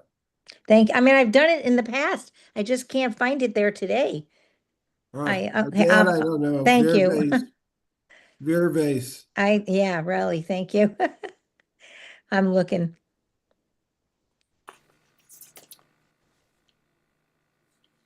I want to respond to Craig. Just a second, I got to find the line. Okay. I found it. Okay, so there's in the line that you're mentioning, Moses turns to look, and he sees an Egyptian abusing an Israelite, and that is line 2. Where is it? Um, I'm so sorry. This is so hard for me to keep together. Okay, one more time. You do great, Aviva. You're Okay, too hold hard on on just a second. yourself. Okay. Yeah. Basically the word, thank you. So Moses is, he turned this way, Vaifen. He turned this way, line 12. And he saw, let's see, oh no, wait, maybe a minute. Moshe grew up, he went out, he saw his brothers, he saw their suffering, and he saw an Egyptian hitting a Hebrew, one of his brethren, kinsmen, okay? That same awareness he has when he looks at the burning bush in a few sentences. And it's that says something about Moses, not about the right or wrong of killing. It says that he has a sense that there's something bigger than just seeing one person not being just to another. There's a greater picture aspect that we attribute to Moses that he can't argue his way out of, try though he might in a few sentences. And that is part of the legend that develops into Moses becoming who he is, that he, there's a lot of midrash about Moses, tons. But the qualities that make him be the teacher, the leader, are ones that have to do with that vague area of, are there some things that you just know because of who you are? And this touches a little bit into Marilyn's, question is, are there things that we as the children of Israel carry with us that are Calling. innate to us? Or innate, let's just use innate. That's a little Okay. bit more benign. Or not. Okay. And either way, it's troubling. But the sense of justice is what we're being led to see here in Moses. It's a sense of justice. Is it justified in the killing? We could talk forever about that. And truly, Well, before, did he mean to kill the Egyptian? He said that he struck him. I mean, is Moses super strong? You usually don't kill somebody with right. one blow. And that's the other thing I wanted to mention is that the vayakehu, he hit him, is the same root word as the plagues later on. And there's a question of were the plagues meant to kill all the Egyptians? Clearly not, right? They were not, like, that wasn't the goal of them. They were to show the Egyptians that the person they think is God is not so much God. So and also the abuse of the he was being beaten. It wasn't like what angered Moses in the first place and what he witnessed wasn't just wasn't just a smack. He witnessed a beating. yeah, Maybe he hit him with one blow. He was a Jew and he knew Jiu-jitsu. Huh. He had been raised to be strong. He had been eating well and running around, I mean, he wasn't sitting around in the palace studying all He the time. He was very physically active, he according to the actually movie. he actually hit him with a bagel, and that was the first case of judo. Yeah. Yehuda So already did that. what I want to point out that Moses was raised in the Egyptian court, so he's got all these Egyptian values and moral imperatives, and maybe we're looking at this from what the Jewish law says about killing someone else, but maybe, to Egyptian laws and rules, it was a cool thing to do. I mean, you see something and you kill somebody. And he Yeah, was but a prince, and he probably felt no one was going to punish him anyways because, he was a big macher. And I don't know. We've no, but been told the story that he tried to hide the murder. He tried to right. hide it. He didn't So like it afterward, for sure. Yeah, so that's where the Jewish side of him came in. Or it's the inherent, maybe I mean, you could call it the Jewish side, and it could also just be the human side. One would like to think. Yehuda, did you have your hand up? You should unmute. I thought we shouldn't forget to once again tell the midrash of how Moses became slow of speech. Supposedly, when he was brought into the court, the Pharaoh was still suspicious that Batya wasn't reading the situation right, and he needed to test the baby to see if the baby was going to be a person who rose up in his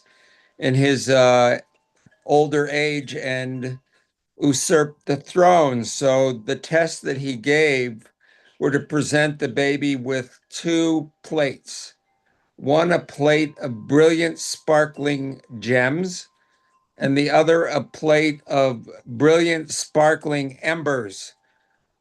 And the baby supposedly went Ouch. toward the embers, and an angel pushed his hand.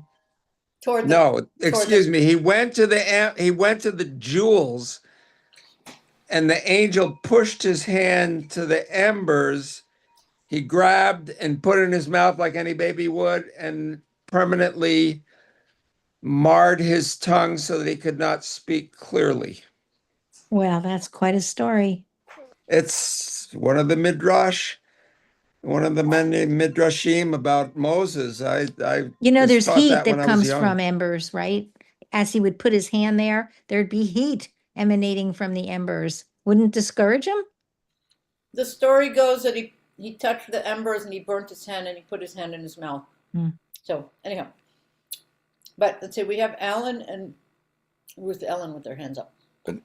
I think this whole discussion points up what the holes in the story. Let's put it that way. That we're left to fill in, and this is not the only place in biblical literature. I mean, look at Jesus. We've got 20 years or so there that are completely unaccounted for, and so it's taken commentators to fill in those blanks and make the story, make the connection work.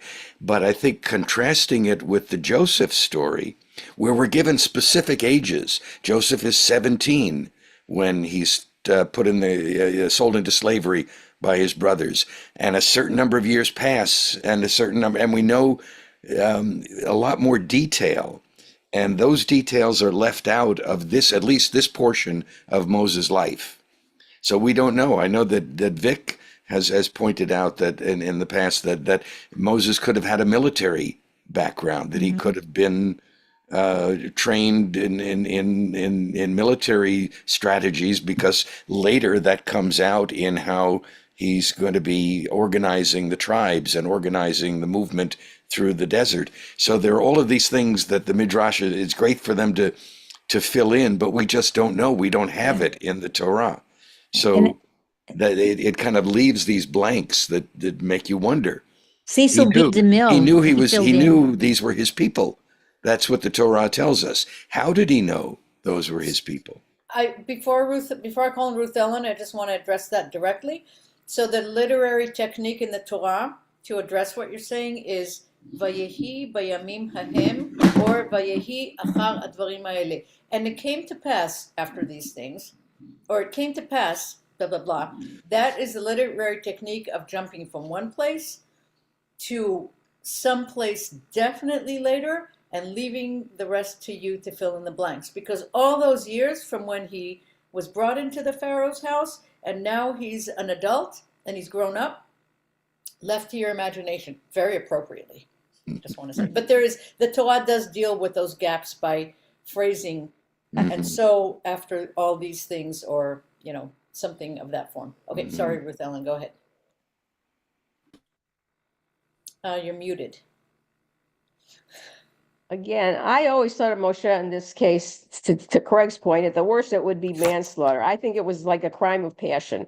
But this is showing, number one, what Alan said, that even though raised in the Pharaoh's household, Moshe at heart was a Jew.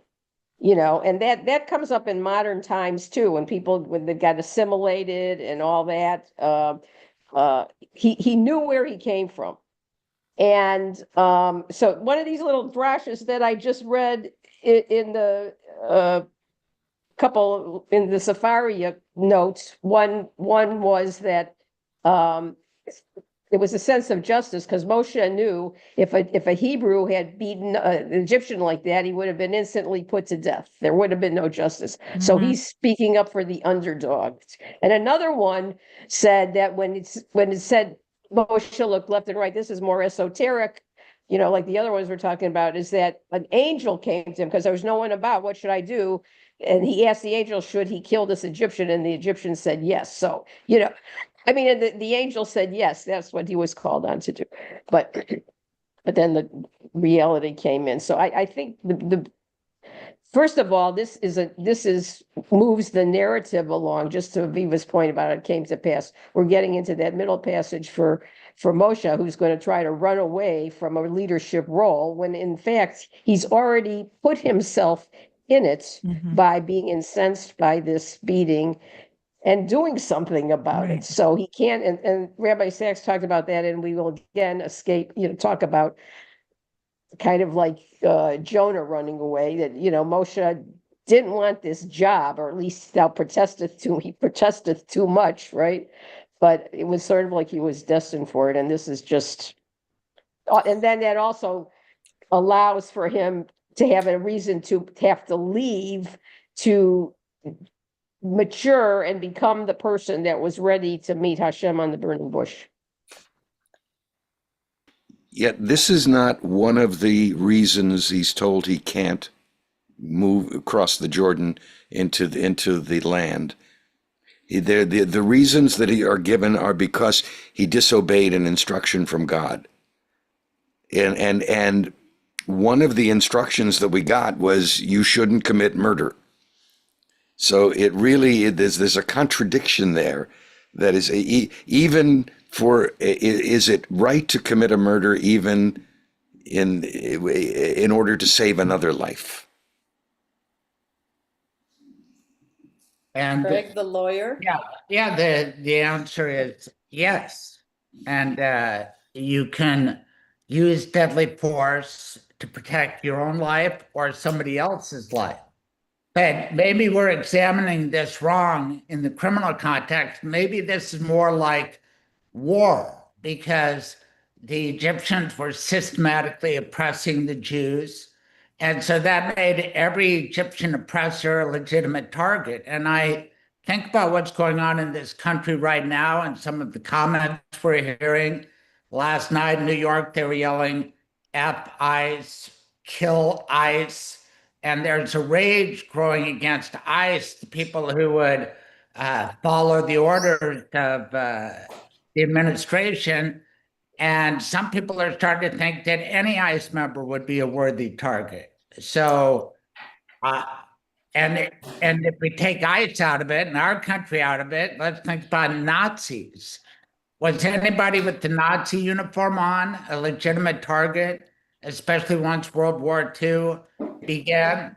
I think most people would say yes. Yes. In fact, we do celebrate there were women who were known to have lured Nazis to their death by acting as though they were going to be prostitutes, and then when they got them in the alley, they killed them, and that's part of the resistance, and we celebrate that. And there was example of that in the scripture way back of women using their wiles to their advantage in a situation where the people were being threatened. Right. And the person lured might be some naive, innocent 19-year-old German kid who really didn't have a thought other than he got drafted into this movement he didn't understand. And the next thing you know, he's getting killed for having that uniform on, lured to his death by a prostitute. And what do we say about that? Well, So in the tradition of saying that who shall not be named, I think it's significant that Pharaoh is not named, because the concept of a leader recognizing that they can point out to their population that someone else is taking theirs, and if anyone reads Dr. Seuss, you know what theirs refers to, right? So, sorry, I can't, there's noise here, I can't hear, but That is a very important concept here. Think of how many really important concepts that will never go away are introduced in this one chapter. Okay? The Pharaoh with no name, who's got the brilliance and the knowledge to make his underlings think that someone else is trying to replace them. Again, no names. No names. The bravery or just plain humanity of the women who refuse to follow an unethical order. I mean, this chapter is just full, and we haven't even gotten to the burning bush yet. So I want to tie these next two lines stand on their own because they're so significant in the turning of our understanding of the story. So I'm going to ask Alan to read the next two lines because you already have so much to do, and this is just two lines. And then we'll stop here for a minute. Then we're going to go on to the burning bush. Just the next two? What did I have? No, 23 Three. through 25. Sorry, three Okay, the lines. next three. A long time after Yeah. that, the king of Egypt died. The Israelites were groaning under the bondage and cried out, and their cry for help from the bondage rose up to God. God heard their moaning, and God remembered his covenant with Abraham and Isaac and Jacob. God looked upon the Israelites, and God took notice of them. Amen. Aha. Mm-hmm. Okay, so how many important concepts? 3 lines Alan just read. First of all, I want to point out, Vayehi bayamim harabim ahem. A long time after that, again, we don't know. There's some, it could be generations, it could be a minute, but that's a literary way of saying a lot Device. happened in this time. And who died? The unnamed The king. king, Mhm. And who groaned from all the hard work? the children of Israel. Right. And why did they groan under the hard work? If the Pharaoh, that Pharaoh was gone, the example that the Israelites should be worked to death has already passed on. The Pharaoh is no longer relevant. He's gone, and they're still sweating it. They're still being oppressed. And then what happens? They call out, and who hears them? Hashem. Right? And he remembers his covenant with who? Isaac and Abraham, Isaac, Abraham. and Jacob. Yeah. Yeah. And then God looked upon the Israelites, Vayar Elohim. He saw them. He took notice of them. I think Vayar Elohim, he saw, it's Bnei Israel, Vayeda, and knew them, knew their woes. These lines are like, this is a nutshell here. This gives the context to the changing of the story to where it is. Okay, Craig. it's almost Right. like when you hear it, because I'm not looking at the scripture itself, it's illuminated. It's like pops out. You can feel God hearing the cry, and the response, that both the empathy and sympathy and indignation, all the feelings that I can't even imagine, that the outrage at this, injustice. Craig, go ahead. Yeah, I'm just a little confused about God. He's supposed to be omniscient, so why does he have to hear moaning to understand what's inside people? And we've always heard, a lot of us have, to try to suffer in silence, that there's no use complaining. But here it sounds, I don't know if it's a metaphor, but it was the moaning. I don't know the Hebrew word that's used. It was the moaning or the crying or the kashrying that finally got God's attention. So maybe there is some use to complaining and moaning and kvetching. I think that the classic understanding I have of the significance of these 3 lines is that God made a promise already to the ancestors. It involves land, right? It involves something greater. But what is the connector? What's the connection there? Like there's this idea of a people and there's idea of a land. But what needs to happen in order for that to be a venture that doesn't fail? For that to happen, the Israelites need to know enslavement. They need to know the heart of a stranger. Like everything that defines Jewishness, that defines the story of the Jews, And now I'm specifically using the term Jews because if you were given 3 minutes to describe what being a Jew is, you could just tell the very brief story of Yetziat Mitzrayim. We were once slaves. We know what that felt like. Now that we have the opportunity, are we going to forget just like Pharaoh forgot Mm-mm. 10 times? Mhm. Each time in between is like, oh, I forgot. God needs to remind him. So God building a relationship with us humans, that's where this turning point to me feels like. Alan? I think this is something I think we've talked about in previous readings of this, but I think it's significant that those lines don't say the people cried out to God. They just say it just says they cried out, and their cry rose up to God.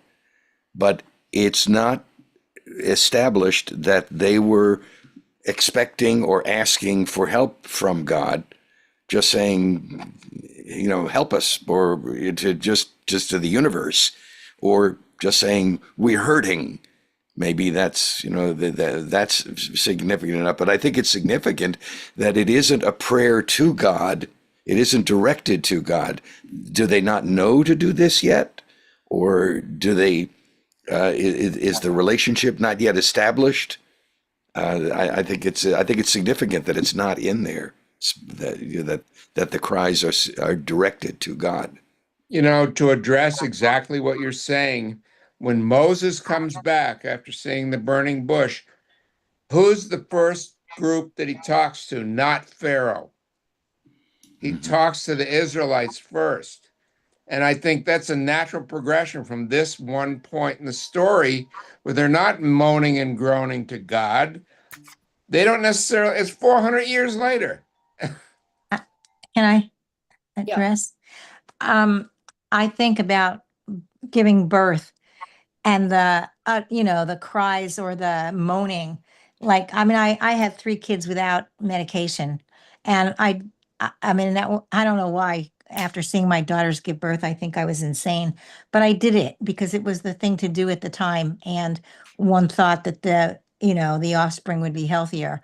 But you can't suppress. I wasn't screaming or swearing or carrying on, but you can't suppress those moanings or utterances that are coming from the deepest place in you they're a reaction to the sensations that you're having. And this is the birth of the Israelites. They were moaning and I can't get away from thinking that it's like going through childbirth. All right, so Ruth Ellen, and then I'm gonna actually recommend we're gonna have to rush through some reading here because I haven't I managed just wanted the to time say well. really quickly was to answer Craig. Yes, for the most part, this is metaphorical. The kid Hashem would hear them whether they were crying to themselves inside or out. And also earlier we know, which I never learned until I studied this with you guys, that Hashem had told Abraham already that this is how it was going to come down because the Israelites had to be ready. They had to be ready to totally to fulfill it. And that's what you're saying. The reason that Hashem noticed the cries then is because that the Israelites, we talked about this before too, were sufficiently beyond thinking, well, I can survive through this and at least I'm taken care of. And we later also discussed that from the other side of things. The grass is always greener with a short memory, that after the fact, when they're in the desert, they're griping that they were better off in Egypt. So it's metaphorical. Okay. So we're gonna do a slightly longer reading now. We're gonna go through 4:9.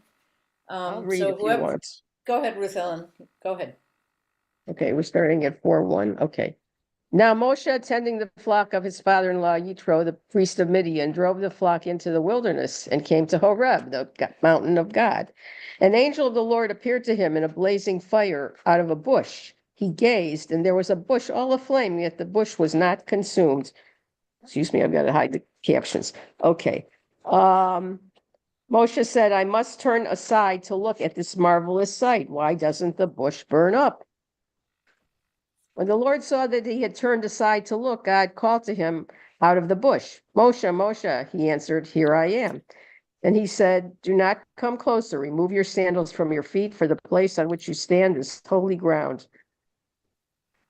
"I am," he said, "the God of your father, the God of Abraham, the God of Isaac, the God of Jacob." And Moshe hid his face, for he was afraid to look at God. And the Lord continued, "I have marked well the plight of my people in Egypt and have heeded their outcry because of their taskmasters. Yes, I am mindful of their sufferings.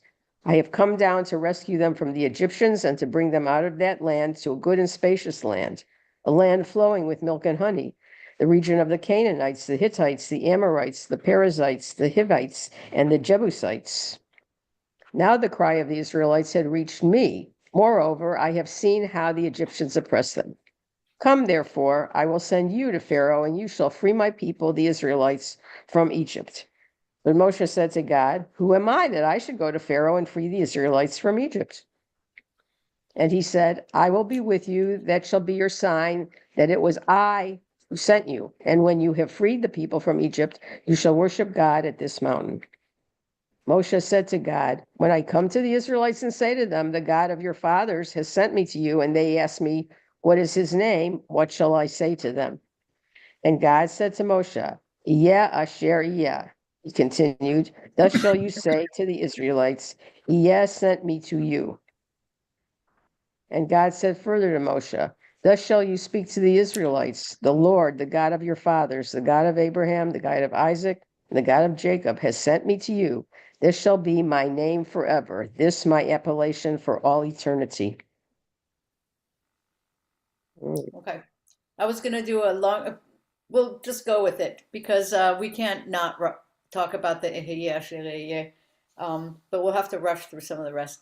Arnie, you have your video up, but your hand up. Yeah, I was eating. I Okay. have to eat at a certain time.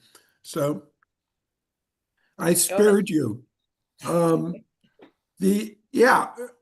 was going to ask about a yeah, but I guess you're coming to it. So I'll be patient and wait. No, I want to hear what you have to say. I don't know. I hadn't heard that name for God. I can't remember hearing that name for God. So, the image of the fire burning and the image of the idea of God not having a particular name you can zero in on are very tied in. When Moses asks, "Who are you?" and God says, you can translate this many different ways. The one I hear the most is, "I will be what I will be." It's future oriented. We know in the Hebrew tradition that there's no one name for God. When you look at a flame, it is moving in such a way that from 1 millisecond to another millisecond, it's changing. It's never the same, but yet we look at it and we recognize it as fire burning. And I think, to me, these two images are tied together. The way that God responds is so open-ended, and to me that feels like the purpose. It's the open-endedness of the, you can't pinpoint me. You'll never understand me completely. It's a lifelong thing. It's not like once and done. I think it's also an editor's choice. I think it used to be translated in English, and by making the translation not exist and keeping it in the Hebrew, it makes the ambiguity of what it means more significant. It also is what Popeye said. I am what I am. I am what I am, and I am what I am. I'm Popeye the Sailor Man. But he And a added, historical note. that's all that I am." Popeye said, "I am what I am, and that's all that I am." And But that's I don't all think, that I am. but I don't It- think Not It that's what was Hashem. Hashem would based say. on a historical figure who, by the way, was Jewish. True. What, Popeye? Are you saying Popeye Yeah, was Popeye. There really was a guy who looked like that. And the artist, the comic artist, drew his inspiration from this character. Look it up. Google it if you don't believe me. I'd be right. No, I'd rather hear it from you. Why would I Google when I can have you telling me great stories? I'm not going to Google it.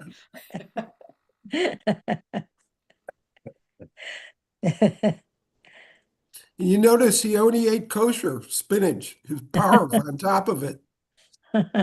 Is Google showing you a deep fake? See, that's the problem now.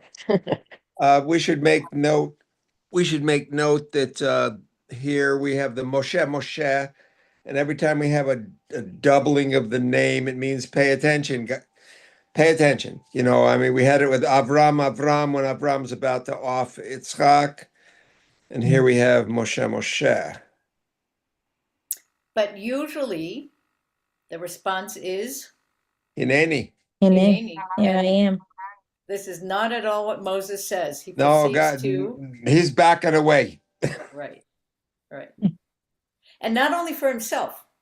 He's not like, oh, I'm not up to this, or my tongue is tied, or whatever. He says, but who shall I don't want to use the words of Leonard Cohen, but who shall I say is calling? Like, how do you, what's going to convince people to listen to me? Like, what are the words that are the right words? It's all about words. But no, see, I was just going to say, Aviva, he did say Moshe. Moshe did answer first. He said Hineni. It says that.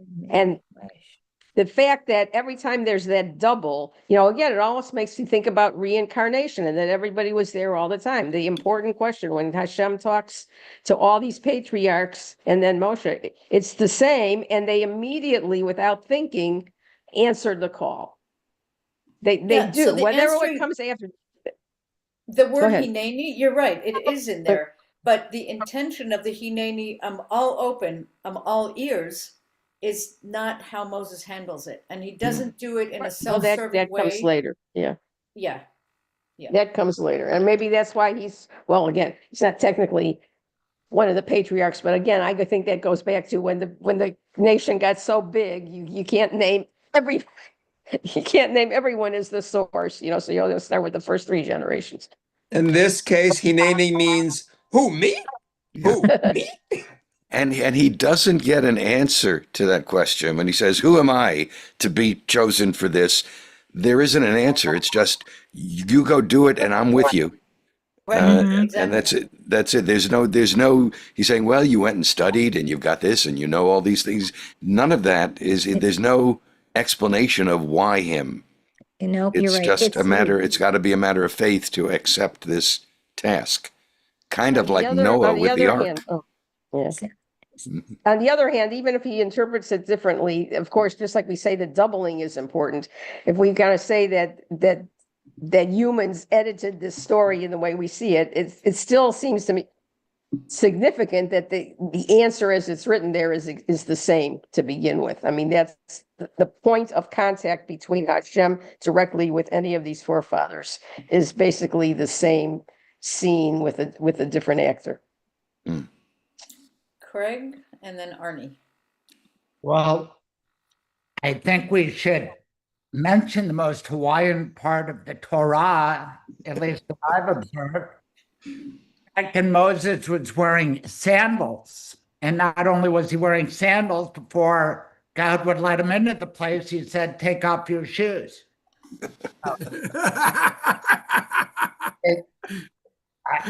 And lots of enterprising Jews have come up with Moses brand sandals. They're not calling them slippers, though. Let's see, Arnie, you had your hand up. Yeah. So I just got this from Google. The person believed to have inspired Popeye was Polish-born Frank Rocky Fagel, a tough laborer from Chester, Illinois, who was always getting into fights. It goes on, but he was, this Jewish tough guy. Blue collar. Yeah, and the guy who wrote, was also Jewish, the artist who started the Popeye cartoons, as well as the artist who started Superman, who were kind of based on, biblical style characters. If you think about it, they all had Jewish names, Ka'el, and, everyone knows these things. Right. Yeah. And Popeye had a Jewish mother who made him eat his spinach. Yeah. Absolutely. Craig, knowing your eating habits, that's very significant. I don't think most people understand quite how traumatic that is. Eat spinach. I will eat spinach. Papa.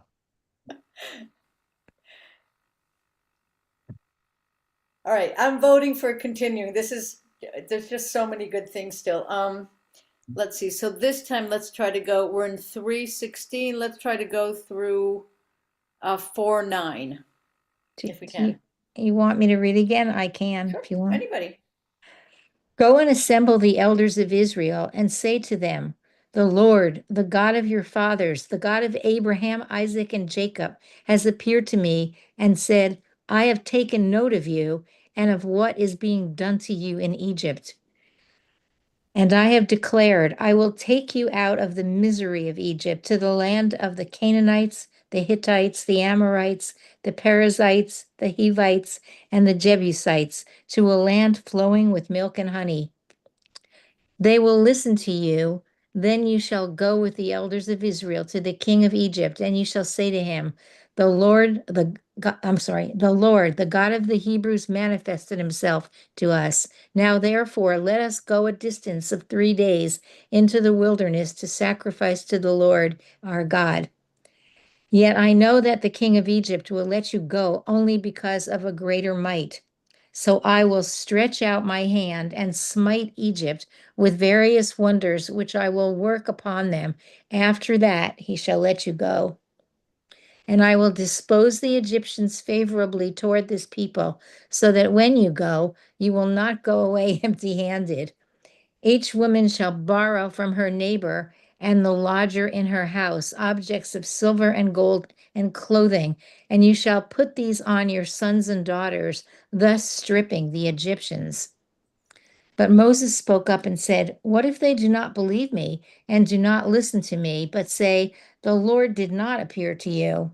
The Lord said to him, what is that in your hand? And he replied, a rod. He said, cast it to the ground. He cast it on the ground, and it became a snake, and Moses recoiled from it. Then the Lord said to Moses, put out your hand and grasp it by the tail. He put out his hand and seized it, and it became a rod in his hand, that they may believe that the Lord, the God of their fathers, the God of Abraham, the God of Isaac, and the God of Jacob did appear to you. The Lord said to him further, put your hand into your bosom. He put his hand into his bosom, and when he took it out, his hand was encrusted with snowy scales. And he said, put your hand back into your bosom. He put his hand back into his bosom, and when he took it out of his bosom, there it was again, like the rest of his body. And if they do not believe you or pay heed to the first sign, they will believe the second.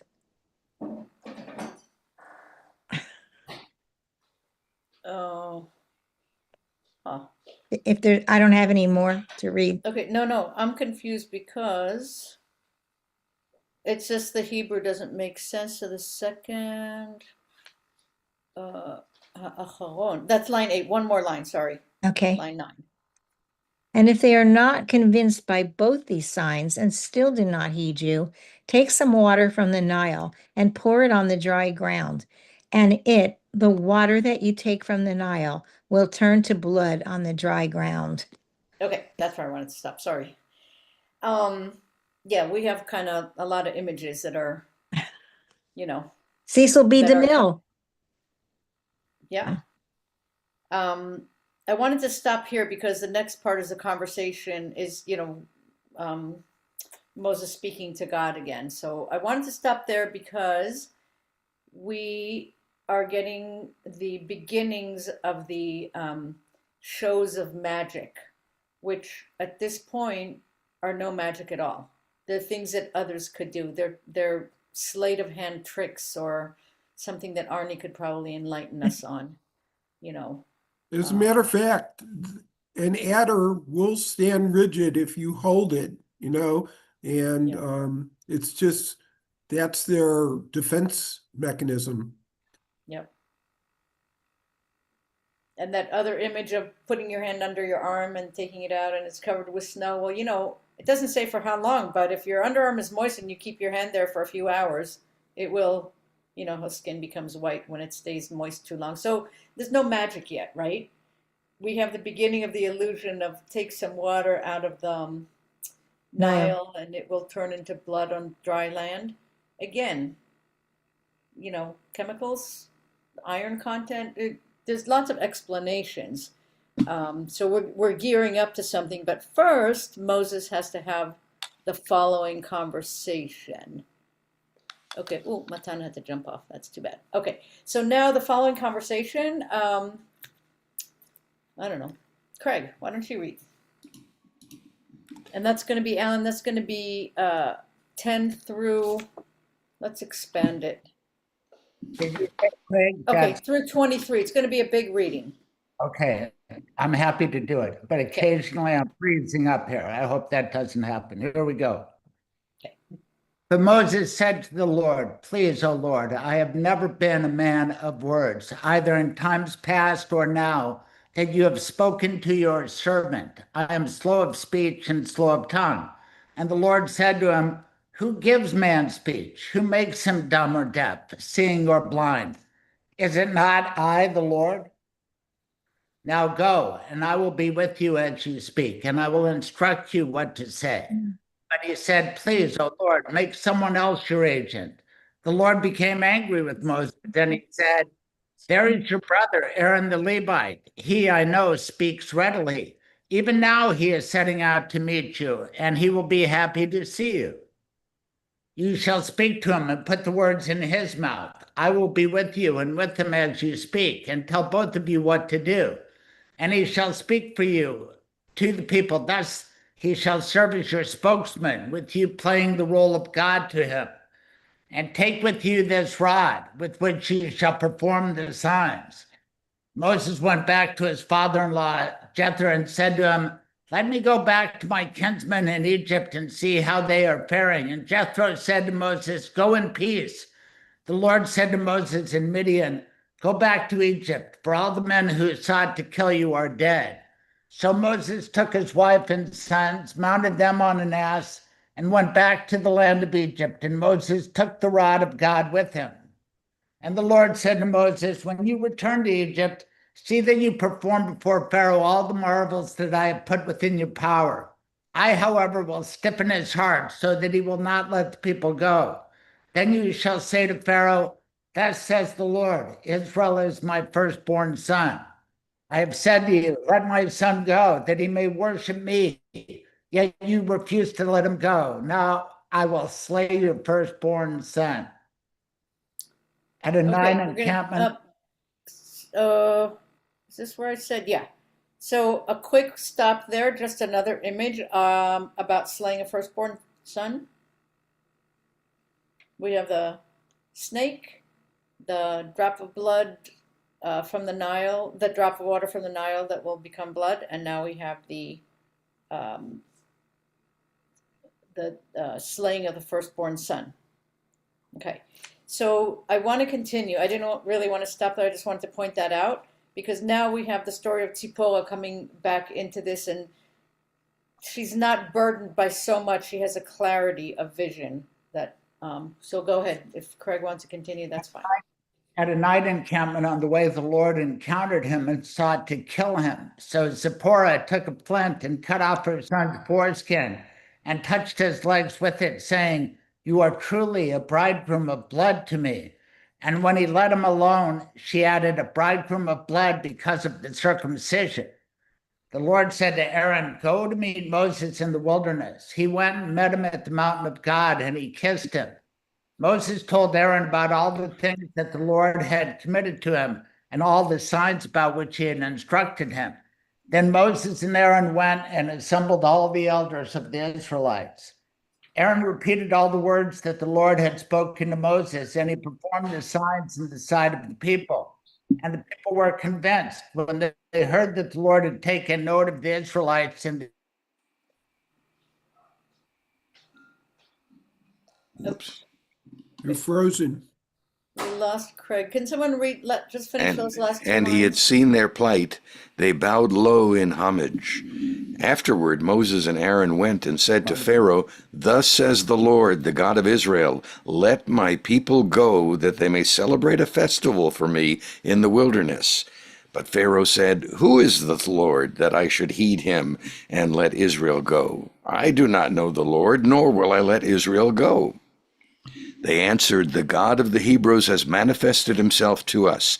Let us go, we pray, a distance of 3 days into the wilderness to sacrifice to the Lord our God, lest he strike us with pestilence or sword." But the king of Egypt said to them, "Moses and Aaron, why do you distract the people from their tasks? Get to your labors." And Pharaoh continues, "The people of the land are already so numerous, and you would have them cease from their labors?" The same day Pharaoh charged the taskmasters and foremen of the people, saying, "You shall no longer provide the people with straw for making bricks, as heretofore. Let them go and gather straw for themselves. But impose upon them the same quota of bricks as they have been making heretofore. Do not reduce it, for they are shirkers. That's why they cry, 'Let us go and sacrifice to our God.' Let heavier work be laid upon the men. Let them keep it and not pay attention to deceitful promises." So the taskmasters and foremen of the people went out and said to the people, "Thus says Pharaoh, I will not give you any straw. You must go get the straw yourselves, wherever you can find it, but there shall be no decrease wherever in your work." Then the people scattered throughout the land of Egypt to gather stubble for straw, and the taskmasters pressed them, saying, "You must complete the same work assignment each day as when you had straw." And the foremen of the Israelites, whom Pharaoh's taskmasters had set over them, were beaten. "Why," they were asked, "did you not complete the prescribed amount of bricks, either yesterday or today, as you did before?" Then the foreman of the Israelites came to Pharaoh and cried, why do you deal thus with your servants? No straw is issued to your servants, yet they demand of us, 'Make bricks.' Thus your servants are being beaten, when the fault is with your own people." He replied, "You are shirkers. That is why you say, 'Let us go and sacrifice to the Lord.' Be off now to your work. No straw shall be issued to you, but you must produce your quota of bricks." Now the foremen of the Israelites found themselves in trouble because of the order, "You must not reduce your daily quantity of bricks."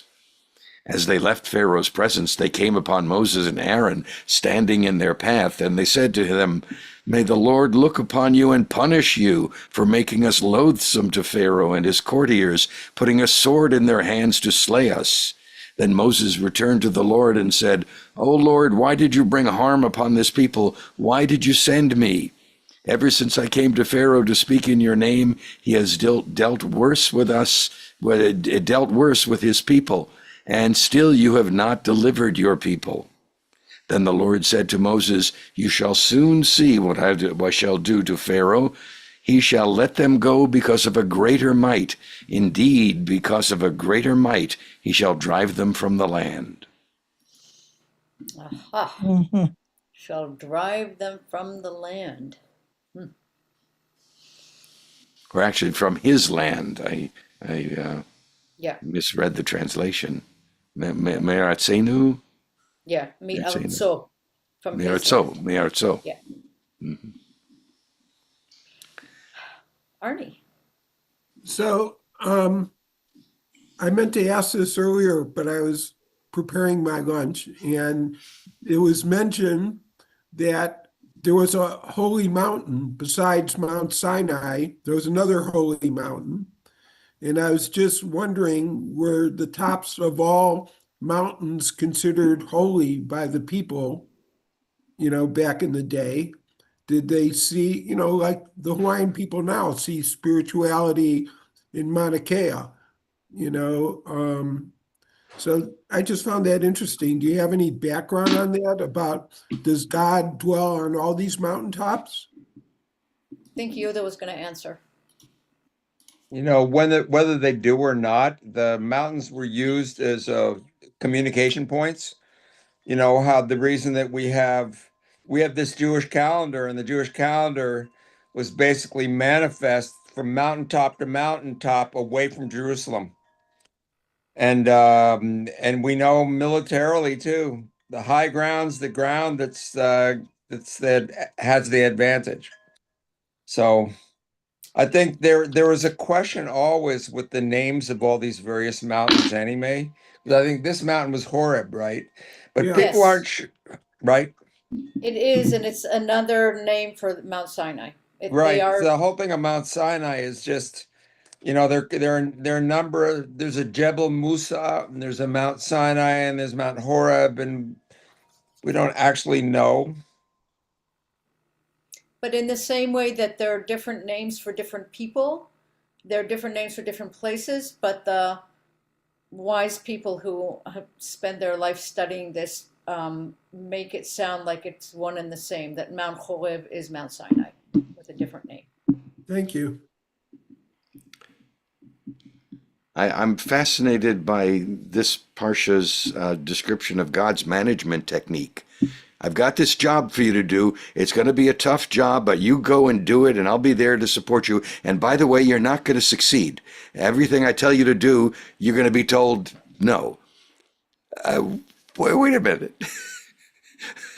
That I should go there? Why don't we just jump to the end?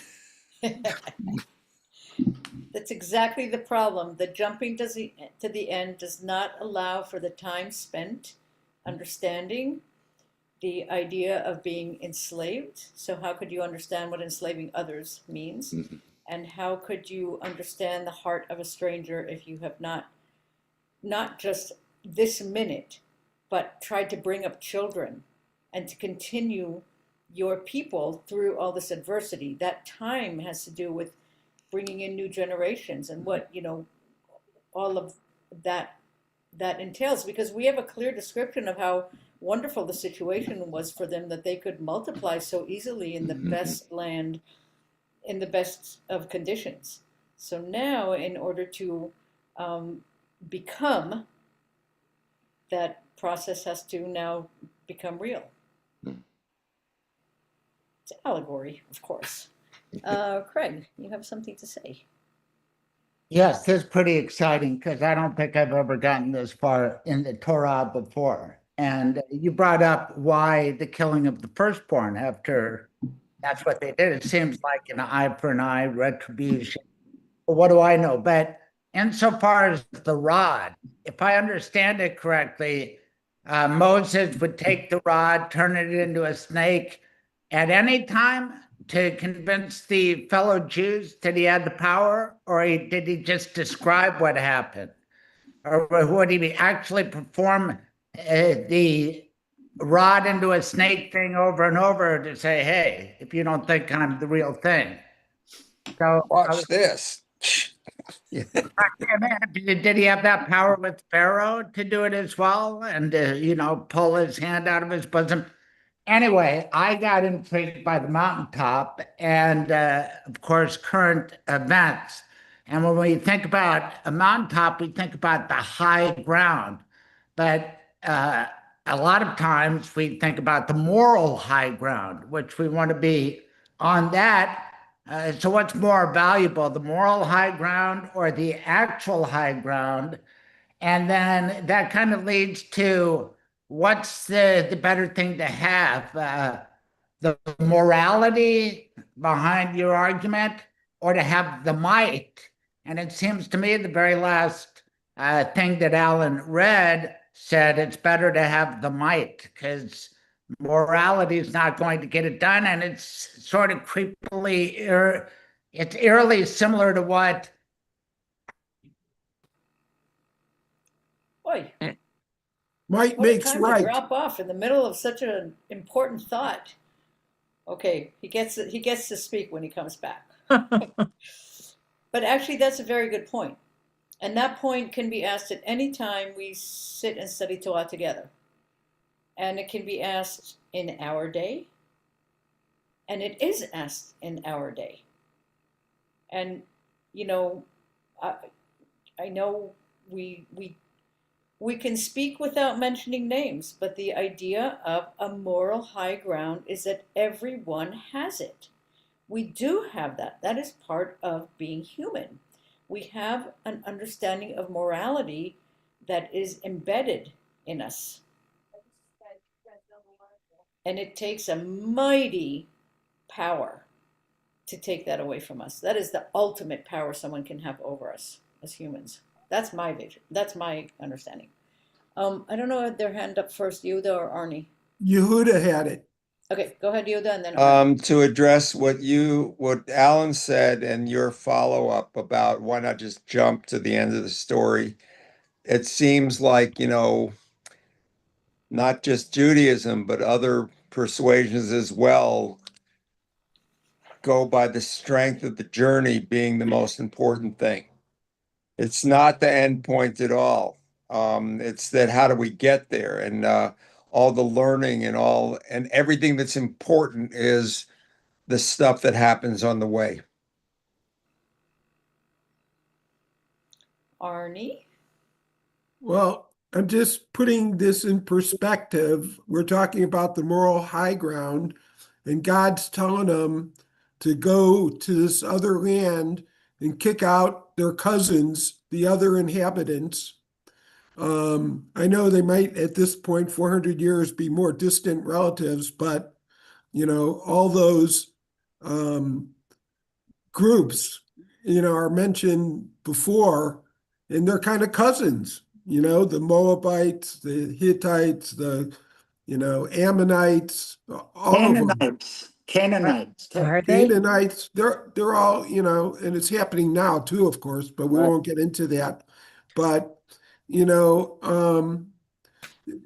I question the moral high ground in that, and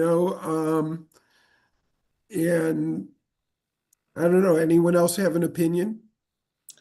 I want to give the floor back to Craig because Yeah. Craig, before somebody comes again and snatches you away Thank from us you. for No, saying it's, something.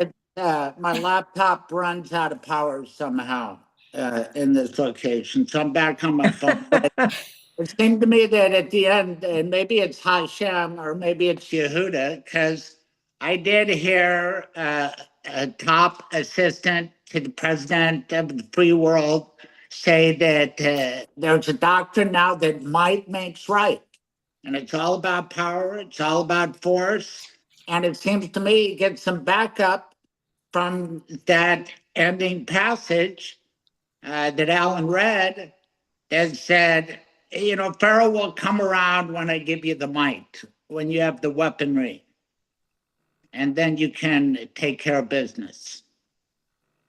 So, seems God is saying it's better to have actual power than just moral power. I will very, very strongly disagree. Well, But can you that put is what up, Alan, that last line? it does say that. It says, then Adonai said to Moses, you shall soon see what I will do with the Pharaoh. He shall let them go because of a greater might. Indeed, because of a greater might, he shall drive them from his land. Does it say anywhere that greater might is guns?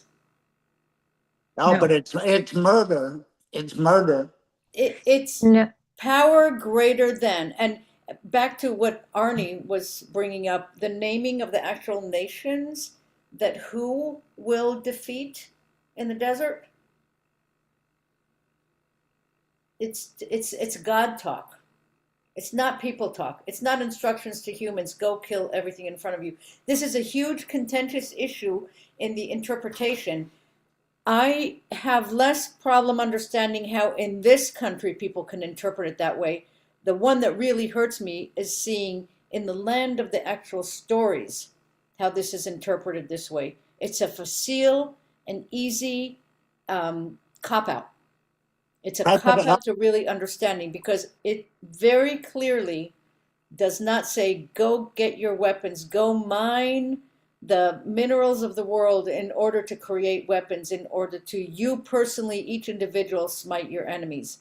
It's a very nuanced and Okay, well, let's think about how Israel has played this out. Here I am talking to you about Israel, but forever we've heard that Israel needs to be strong. Ever since the 6-Day War, we're going to kick your ass, and if you do something to us, we're going to get you back several times as hard because we're going to fight.